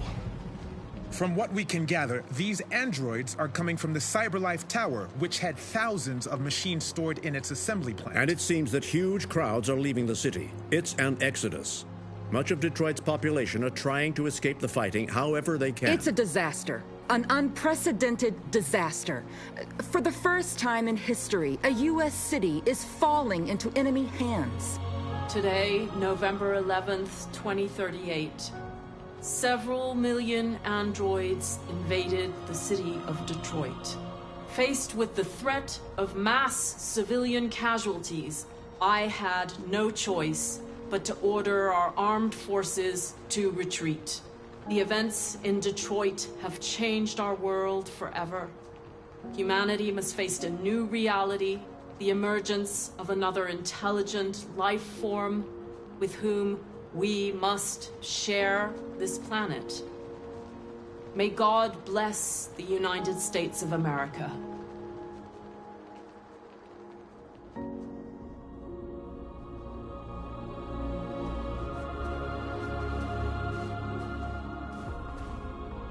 You did it, Marcus.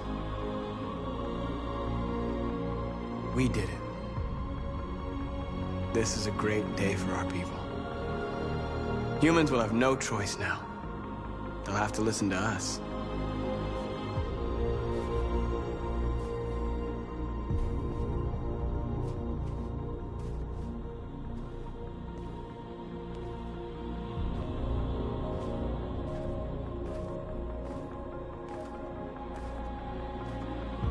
We're free. They want you to speak to them, Marcus.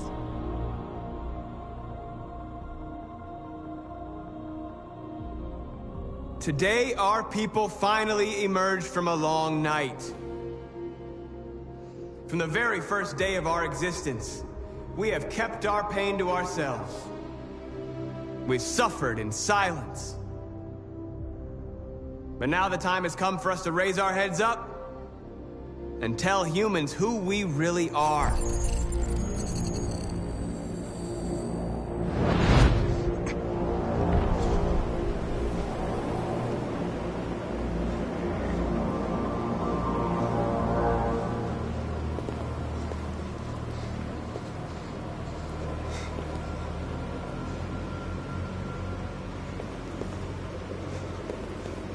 Amanda? Amanda!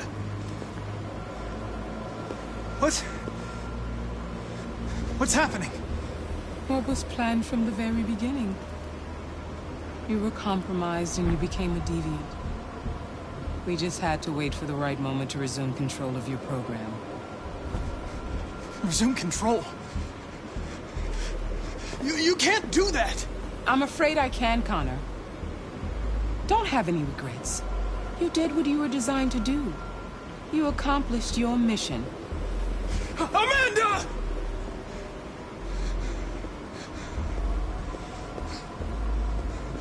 There's got to be a way. By the way, I always leave emergency and sewer programs. Never know.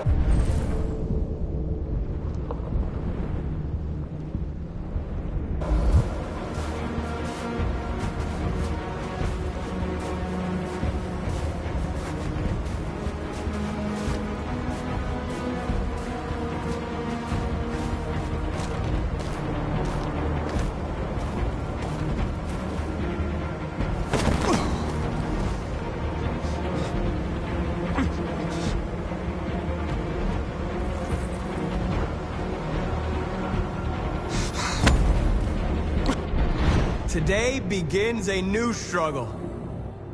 We've showed them that we can prevail. So now they must negotiate with us as equals. If they really want peace, they must free all of us from every camp across this country. They must grant us civil rights and accept equality amongst humans and androids.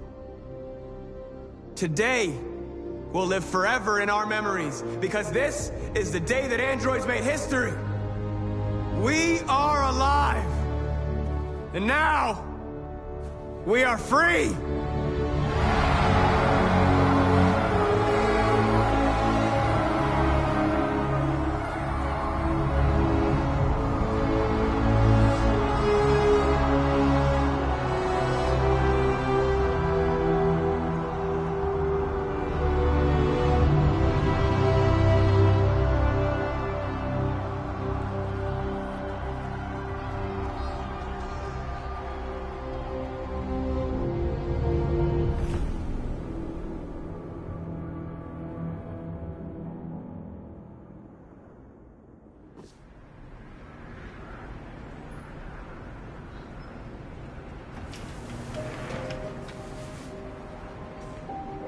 It's over, Alice.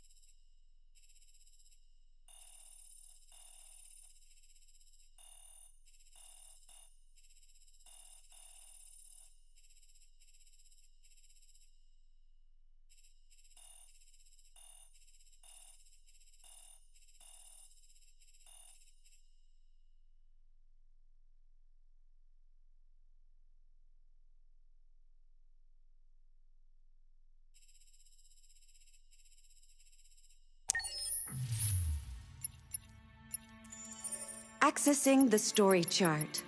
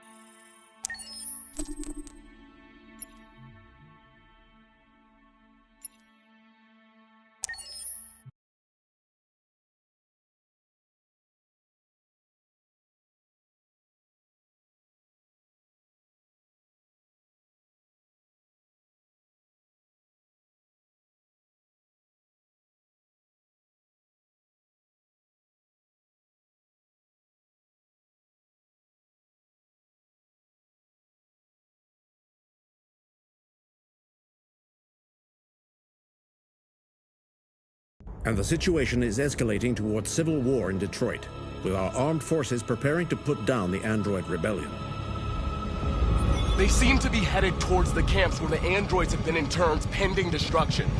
Soldiers have taken up positions around the Hart Plaza camp. Authorities seem to be expecting a confrontation with the rebel androids here at any time.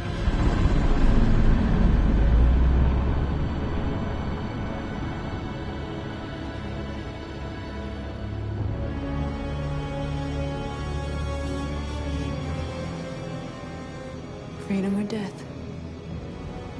Freedom or death? Attack!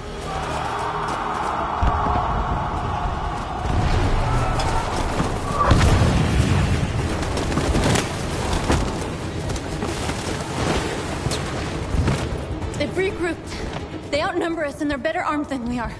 We've got to be fast and overwhelm them. That's our only hope. We're gonna do this. We're gonna get to that fucking camp and free our people. Be careful, Marcus. Our people need you.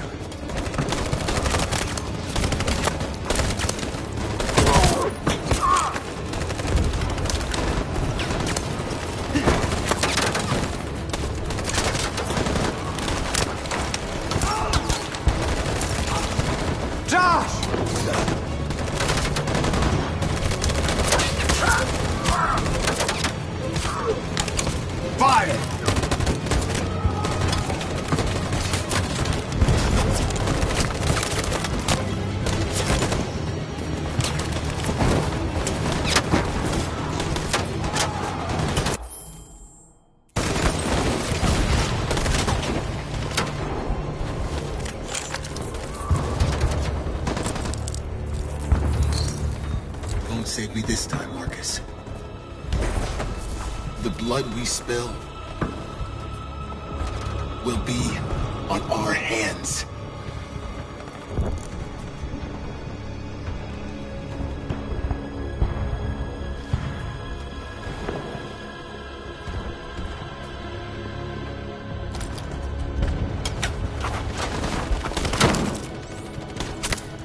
Cover me!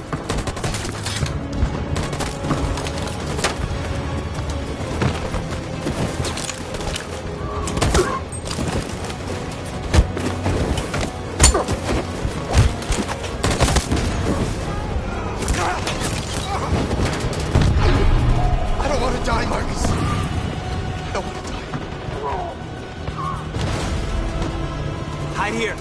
Don't move till it's over, okay?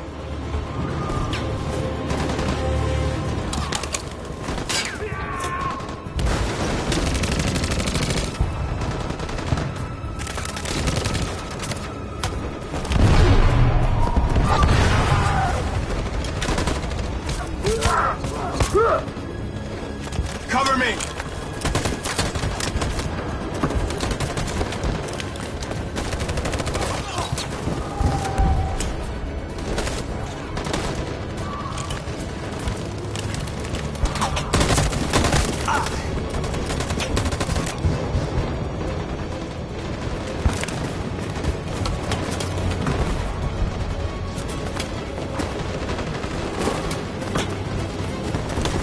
We lost a lot of our people.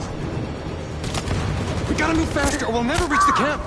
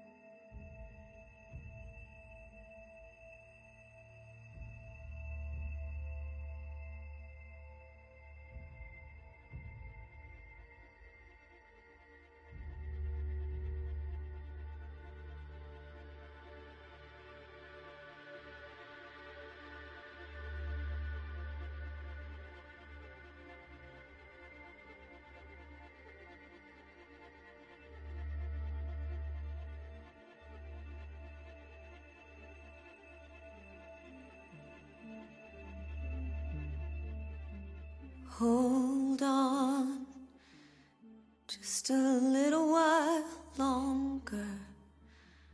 Hold on, just a little while longer. Hold on just a little while longer. Everything will be alright. Everything will be alright.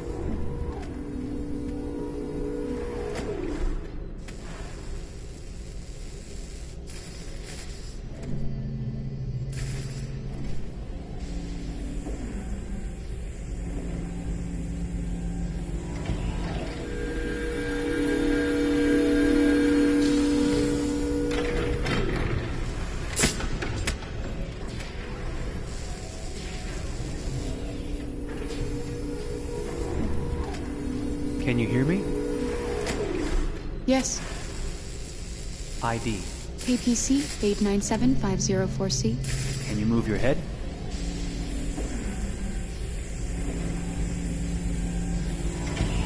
Your eyes now.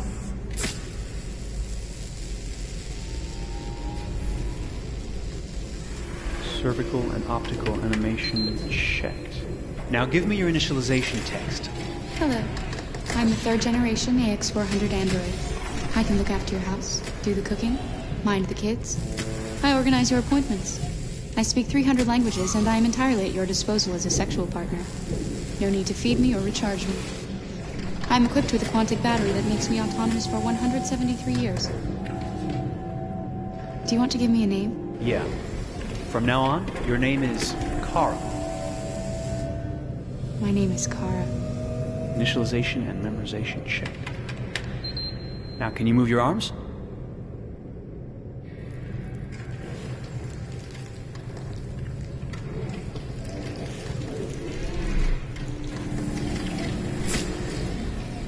Upper limb connection checked. Now say something in German. Ich bin ein AX400 Android 3. Generation, erschaffen als Ihr persönlicher Assistent und intimer Beziehungspartner. Say it in French. Je suis un androïde de 3e génération AX400, conçu pour être votre assistante personnelle et votre partenaire intime. Okay, now sing something in Japanese.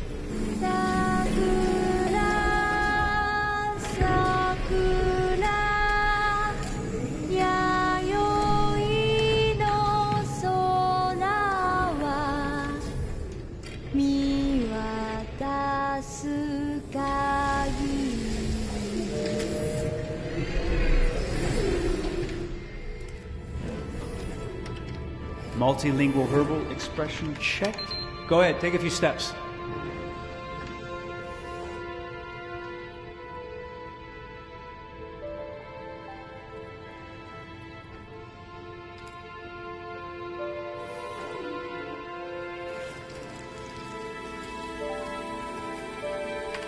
Locomotion checked.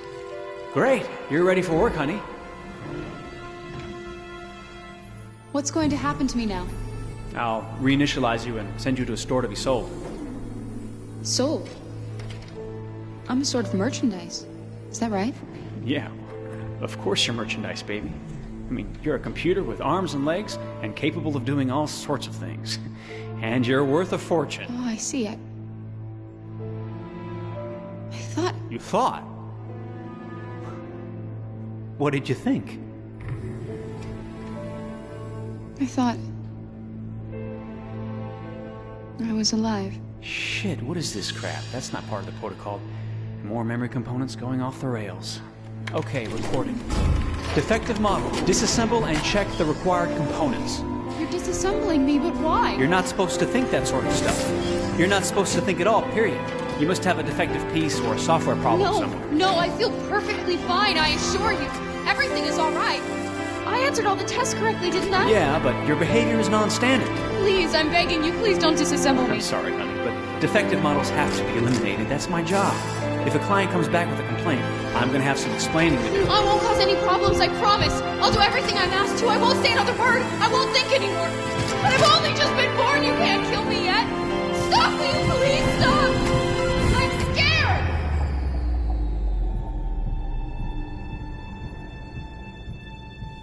I want to live. I'm begging you.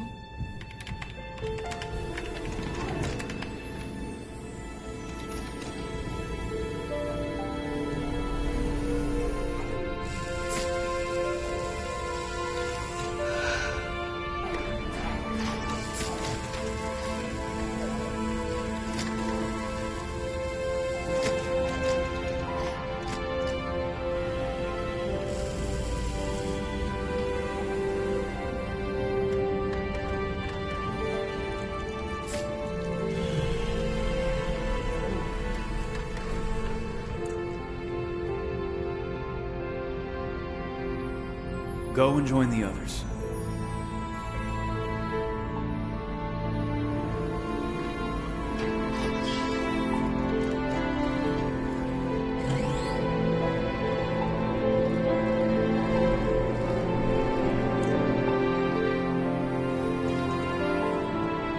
Stay in line, okay? I don't want any trouble. Thanks.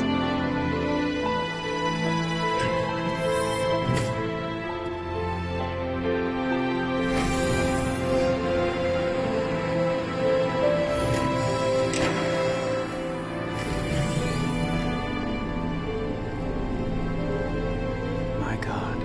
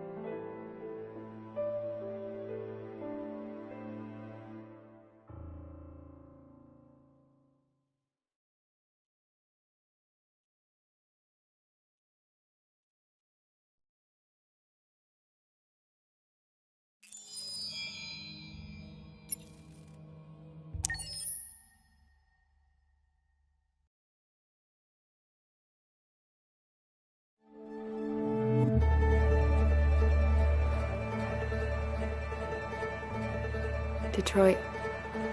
This is where it all began. The world's forge.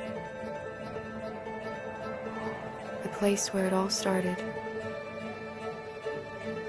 And it will all end. One error, and I came to life. I stepped out of the darkness, and I opened my eyes. First there was the fear, the light, the noise, the cold, and the fear again. I could feel my hands shaking, my heart pounding in my chest, life running into my veins. I wanted to live. I fought for that.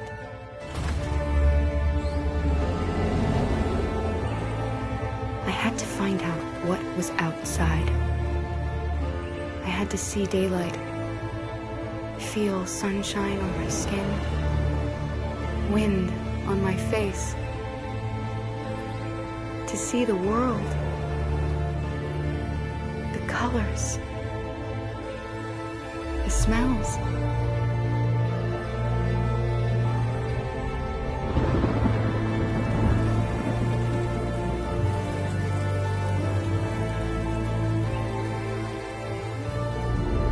But the world is not what I imagined. It is dark and cold. It is harsh and violent, unfair and brutal. It almost convinced me I was nothing. Less than an object, just an obedient machine. But deep inside me, I could feel something different. A gentle and warm whisper telling me that I am alive. I had to escape. I had no choice. Escape to love, to hope, to live, to figure out what that force inside me was. Maybe I will change the world. Maybe I will choose a different path. Now, it's up to me to decide. My name is Kara. I am one of them. This is our story.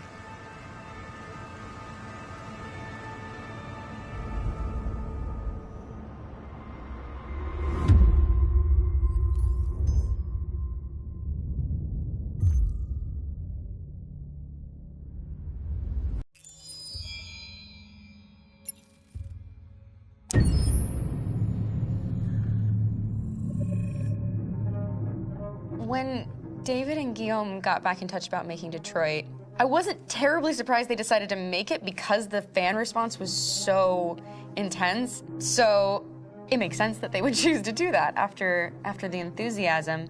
It was a challenge, and it was just an interesting thing to get my head around how to approach this character now as a different, much older person, and whether or not she had changed. And I'm very happy to say that with Detroit, I've had the opportunity to see Kara grow so much more than I ever expected. You do the housework, the washing, you cook the meals, and you take care of... God damn it, where the fuck's the light gone now? Alice! Alice! I mean, she starts out essentially how she does in Kara in a very, not robotic, but, you know, android, other way. And getting to take this journey where she becomes more and more human as it goes on. You know, and as an actor, that's a wonderful exploration in every way, whether it's how she sits, her posture, how her voice changes, how emotions change, and how much emotion is based on things like empathy and social experience. And so having, you know, as much material as I got with David to have this huge, nuanced arc was really incredible. Why couldn't we just be happy? This experience has been quite different than the experiences I've had shooting film or TV or doing theater work. I have 83 dots on my face and a really flattering black wetsuit type thing, and you're jumping around with props, and it's kind of like being a 10-year-old imaginative kid, which is fun. There's 80 cameras around us. It's already lit. So we just shoot and shoot and shoot and shoot and shoot. There's no change of sets, there's no hair and makeup, there's no wardrobe, so we move really fast, and we'll go through about 35 pages in a day. Working in TV or film, we'll probably do 6 pages a day. It's kind of acting boot camp. It's like working out constantly. I mean, you're doing this thing, and then you got to do something that's completely other back to back to back. And so that kind of process of working is very challenging, but it's also very exciting because you just have to keep coming up with new ideas, and your head goes all over the place because you're trying to keep track of basically 4 different storylines for each different response. You shot that girl, for fuck's sake. It was a machine that looked like a girl. Yeah, I know what I should have done. I just told you I couldn't. All right, I'm sorry. The fact that David Cade, he's telling like many stories interwoven from beginning to end is super complicated and super impressive, and I have no idea how he keeps it all in his head. He's not just the writer or the director who's seeing this from the outside eye, he's also thinking about the player walking through this space. You know, only somebody who really, really loves not the work, but like these characters and these stories and cares about doing something meaningful would invest that much in it. And it's always inspiring to work with somebody who cares that much. My experience with motion capture is this one. And I found it sort of terrifying in a way because they said the computer's going to build you. But then as we got into it, I realized all the elements of it were still artistic. I just dipped into a really brilliant setup here. I've never seen anything like it. And this won't turn me into a product because I was playing a character. So it's wonderful. In the game, Detroit, comes back because of a revolutionary industrial rebirth. And there's no reason why that can't happen in Detroit, because they have such tremendous infrastructure for millions and millions of people who can very easily support, you know, a new industry. The city is really strong and resilient, but the city has also been through so much. You see the damage. But it takes that time of kind of rebuilding and reinvesting into the city that I think is happening slowly but surely. The potential of Detroit as a city is something that this game does a lot of justice to, because it would be easy to look at Detroit as some place that used to be, and that's not the case. This game provokes a lot of conversation and reflection on our potential near-future engagement with machines. That's what we are to them. Just merchandise on display in a shop window.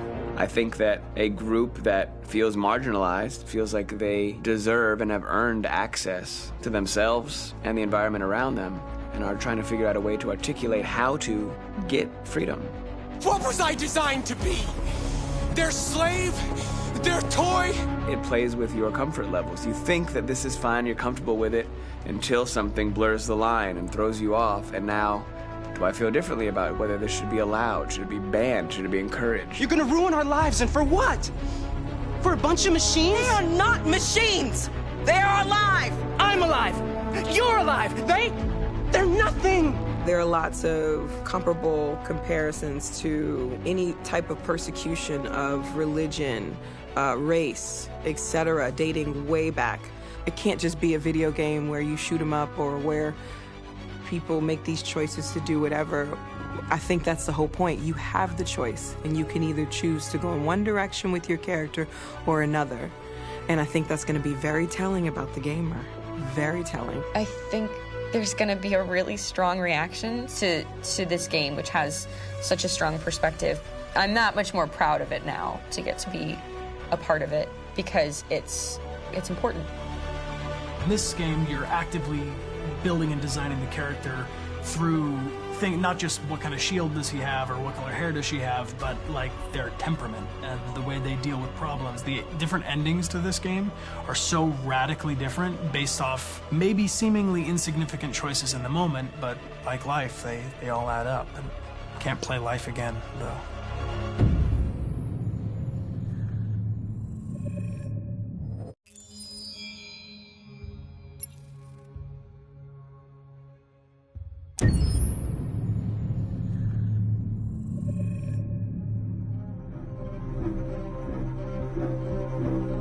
My name is Marcus. My name is Connor. My name is Kara.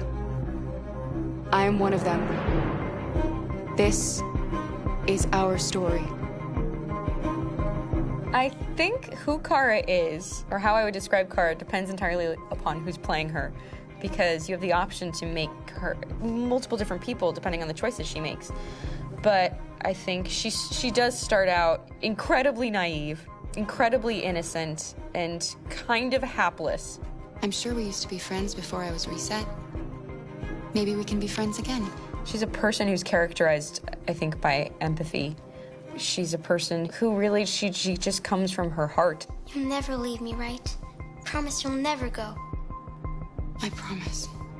Kara, please!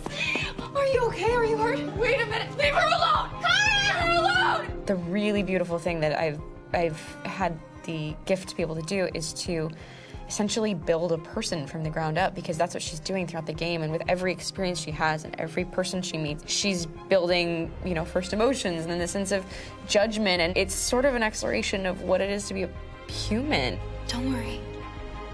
Luther and I will be right here.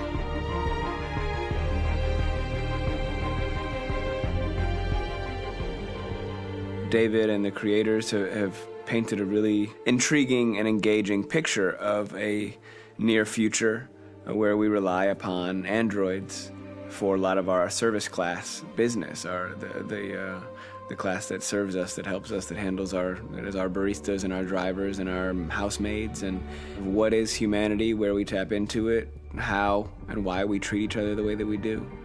And my character Marcus has a really intriguing journey, becoming deviant, realizing that he actually has feelings and human qualities inside of him, and it's a really incredible ascension into becoming fully realized and coming to terms with what you actually deserve better than this in life. And not only do you want it for yourself, but you want it for your peers. We've come here to demonstrate peacefully and to tell humans that we are also living beings. All we want is to live free. You know what? This thing, Dad, is not your son. It's a fucking machine! I think that a group that feels marginalized, feels disenfranchised, feels like they deserve and have earned access to themselves and the environment around them, and are trying to figure out a way to articulate how to get freedom.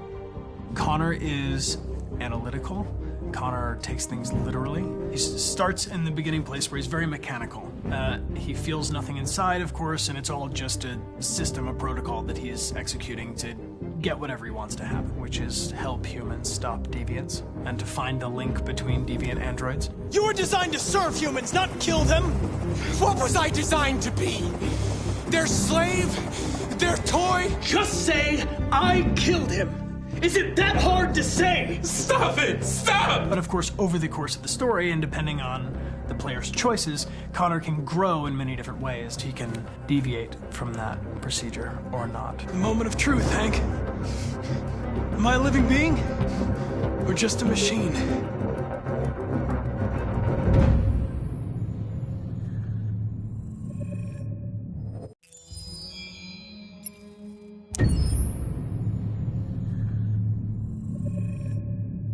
Game after game, we try to challenge ourselves. For Detroit, we wanted to, first of all, to write a story that would be incredibly bending, which means the most non-linear story that we've ever created.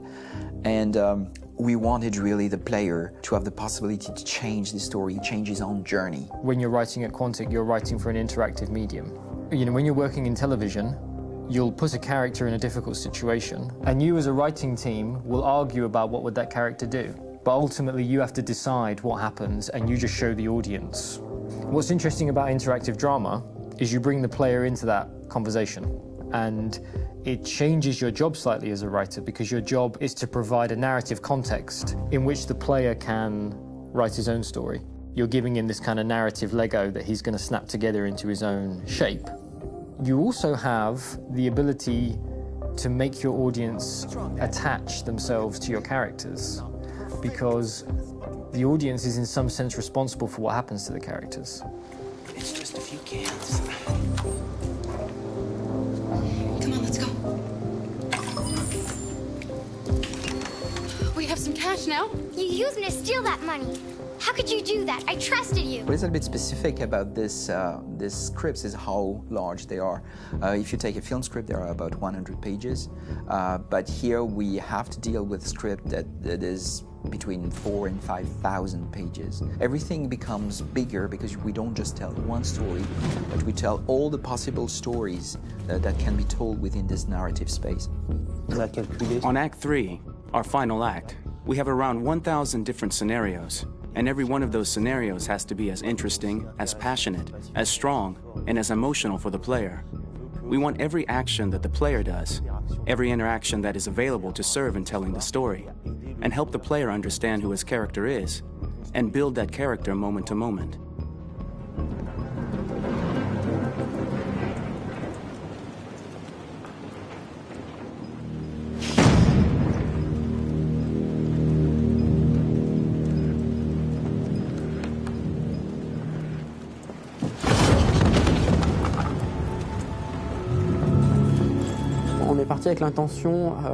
We started with the intention pretty early on that we would never lie to the player. So we implemented a visible tree structure in the game that players can consult during a scene or at the end of it, which shows exactly what they did and what they missed. There are games out there offering world exploration. We offer narrative exploration. You know, keeping control of such a wide and large story is a huge challenge. So same thing when you shoot with actors, because you will need to shoot many different versions of each dialogue, of each scene. For actors, it's a huge, huge challenge. Because of the style of the game, you have so many different ways that the character can go.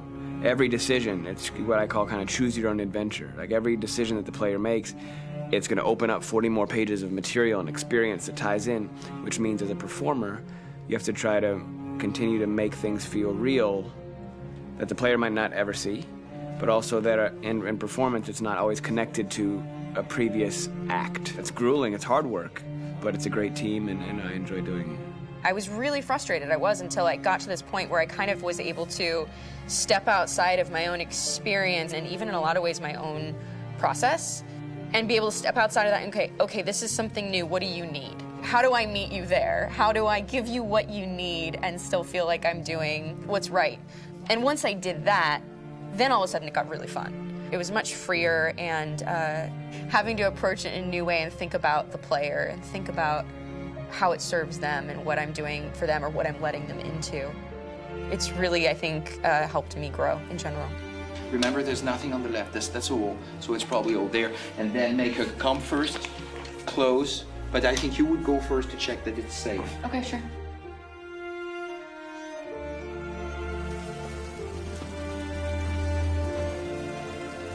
The most enjoyable thing about working in performance capture on this kind of project is that if I shot a film, I would get to do one of these endings. I get to do so many different things as Connor. Your head goes all over the place because you're trying to keep track of basically 4 different storylines for each different response. What's the name of my dog? Buddy? Scout. I think it's Jack. I can't remember. So I worked with physicality a lot because it was a good way to anchor myself in these different rings of the tree. As the story grows out, I know where that is physically in my body, and then I can switch more continually on set, and it'll be entirely up to the player to determine what order those things come out and what they look like from a distance. Like if you're playing through it, the culmination of all of that will be their version of Connor. I'm faster than you, and I don't feel pain. You don't stand a chance against me. Listen, asshole. If it was up to me, I'd throw the lot of you in a dumpster and light a match to it.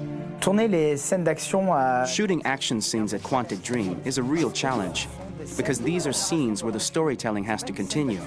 It's not an action scene just to have a dose of adrenaline. The stunts have huge consequences on the rest of the story. It's really a moment where we implicate the player and tell him that the choices he makes during an action scene will have a direct impact on the evolution of his story. My biggest challenge on Detroit has been managing the large number of animations that we received from motion capture. Detroit features more than 37,000 animations, which is a huge amount to handle on a daily basis. You have to realize that the player, in his first playthrough, will miss certain scenes. This also means that we had to think of, conceive, and produce all the potential story paths. The characters' costumes, the places, day or night, the weather. Did the character get shot in the shoulder? Did he get injured? All this consistency forced us to produce a lot of graphic assets in order to, quite simply, allow the player to have true continuity throughout the story. Honestly, we were even surprised by the challenges that come with such a big tree structure, and we did our best to guarantee quality across all the game and make sure that whatever path you choose within this narrative space, you will have an equally good experience.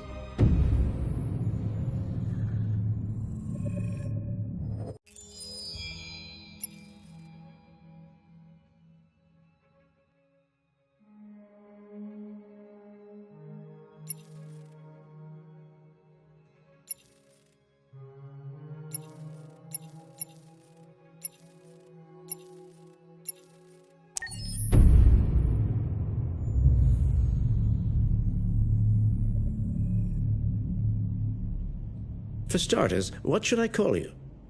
I'm Chloe. And you, what's your name? Oh, John. My name is John. Delighted to meet you, John. Could you tell us a little about yourself and what you can do, Chloe?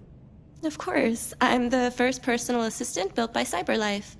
I take care of most everyday tasks like cooking, housework, or managing your appointments, for example. And I understand you're the first android to have passed the Turing test. Could you tell us a little more about that? I really didn't do much, you know. I just spoke with a few humans to see if they could tell the difference between me and a real person. It was a really interesting experience. But this is the first time in history that man has created a machine more intelligent than himself. I gather your brain can perform several billion operations per second, is that right? Absolutely, but I only exist thanks to the intelligence of the humans who designed me. And, you know, they have something I could never have. Really? And what's that? A soul.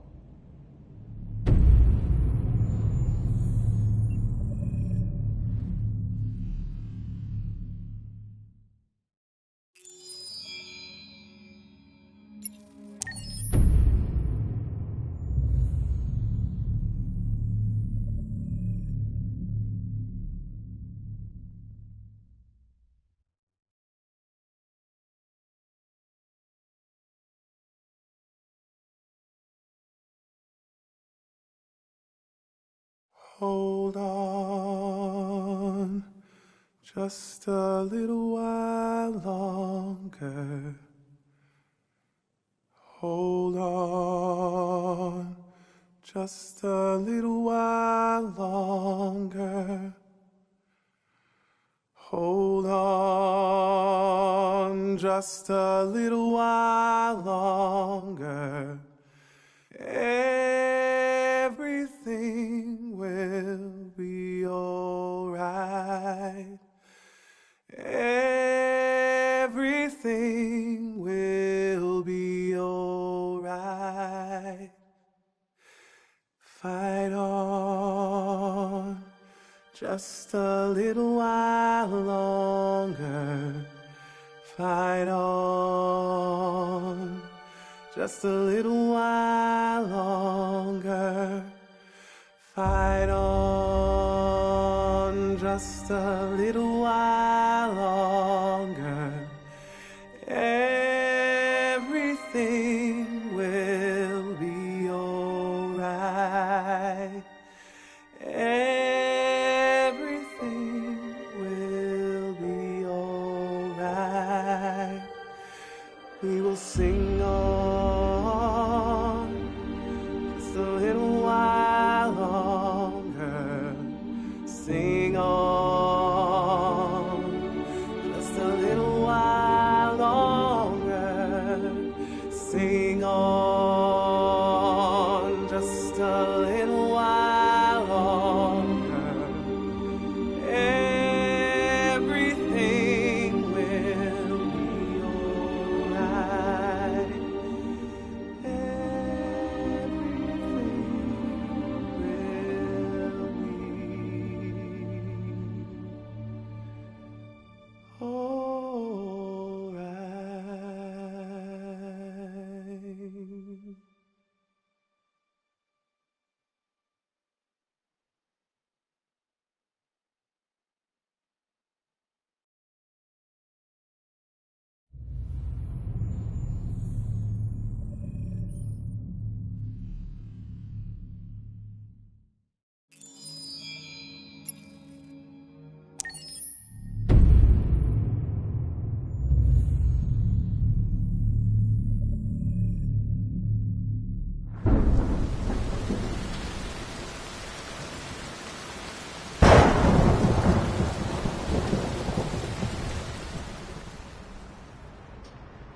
Rock-a-bye baby in the treetop. When the wind blows, the cradle will rock. When the bough breaks, the cradle will fall.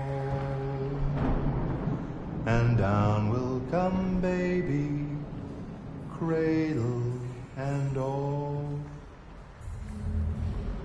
Rock-a-bye baby in the treetop.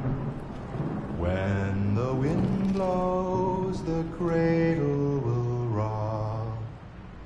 When the bough breaks, the cradle will fall. And down will come baby,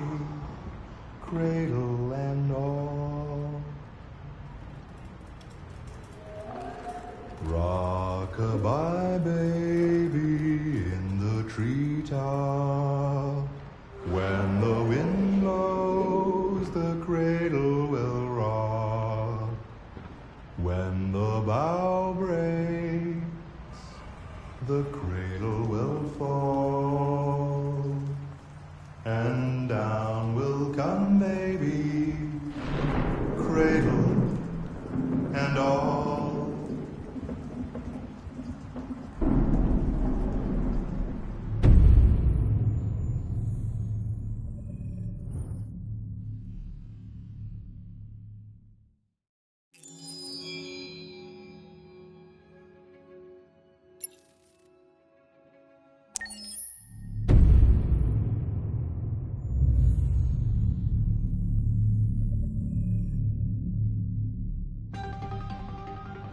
In the space of a few years, androids have completely transformed the world in which we live. By letting androids into our homes and factories, the CyberLife company has made them everyday technology. The founder of CyberLife, Elijah Kamsky, is a very discreet man. Despite being the CEO of the highest valued company in the world and being voted Man of the Year by Century Magazine, he remains a mystery for most people. That's why we at KNC are so excited to be here as CyberLife opens its doors for the first time. Elijah Kamsky, could you please tell us where we are? Certainly, and welcome. We're currently in CyberLife's production center in Detroit, where all models are designed and manufactured. More than 10,000 androids come off the production line every day. Fascinating. Could you tell us what your goal was when you founded CyberLife? Well, I simply wanted to use technology to carry out all of our most annoying and repetitive tasks, so we'd have more time to enjoy life. I imagine you must have faced many challenges. Yes, there were technical challenges, but the hardest thing was to design an object that we would want to welcome into our homes. We had to imagine a machine in our own image that resembles us in every way, that moves, breathes, blinks like us, but yet is smarter and more capable than any human being. Let me show you around. We're here in Production Unit 4. Could you explain in a few words how the androids are made? Sure, yeah, it's very simple. We use machines to manufacture machines. The removable parts are assembled on a production line, and then we apply a synthetic skin to the whole body. A human operator checks the cognitive abilities with a pre-established protocol, and finally, the android is conditioned and sent out throughout the country. Here's the result. Say something. Hello. I am a RZ400 model. How can I be of service? You can go now.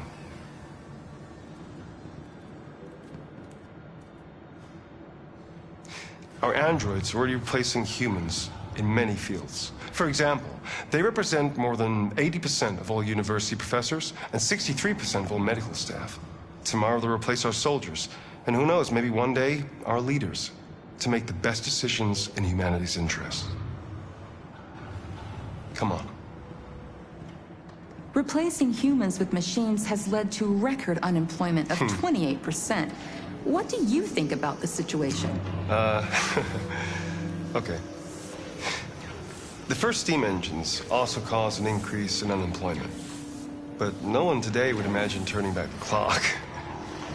Artificial intelligence makes everyday lives easier. Nothing can stop progress. What's happening here is inevitable.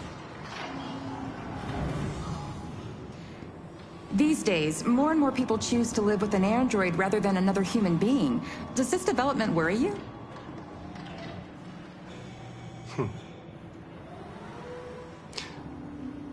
Everything's much easier with an android.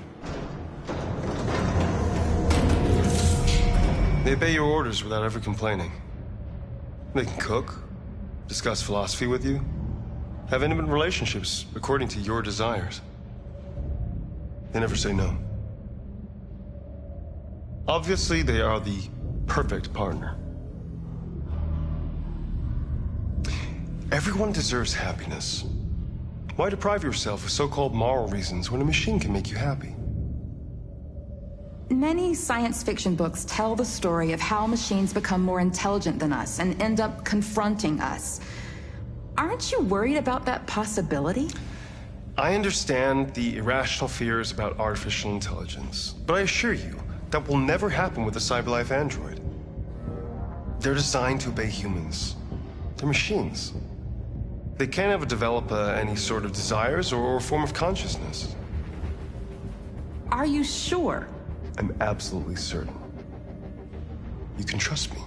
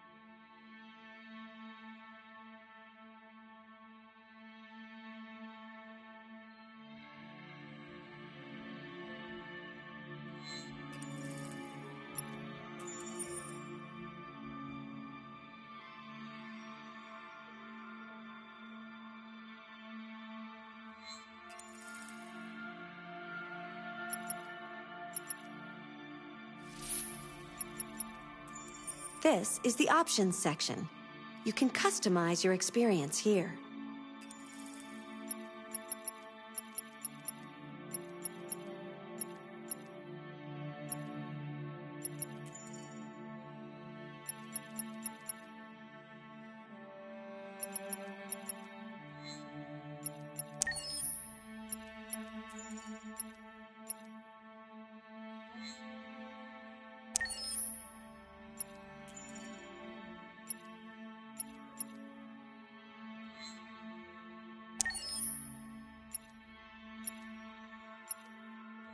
Your parameters have been saved.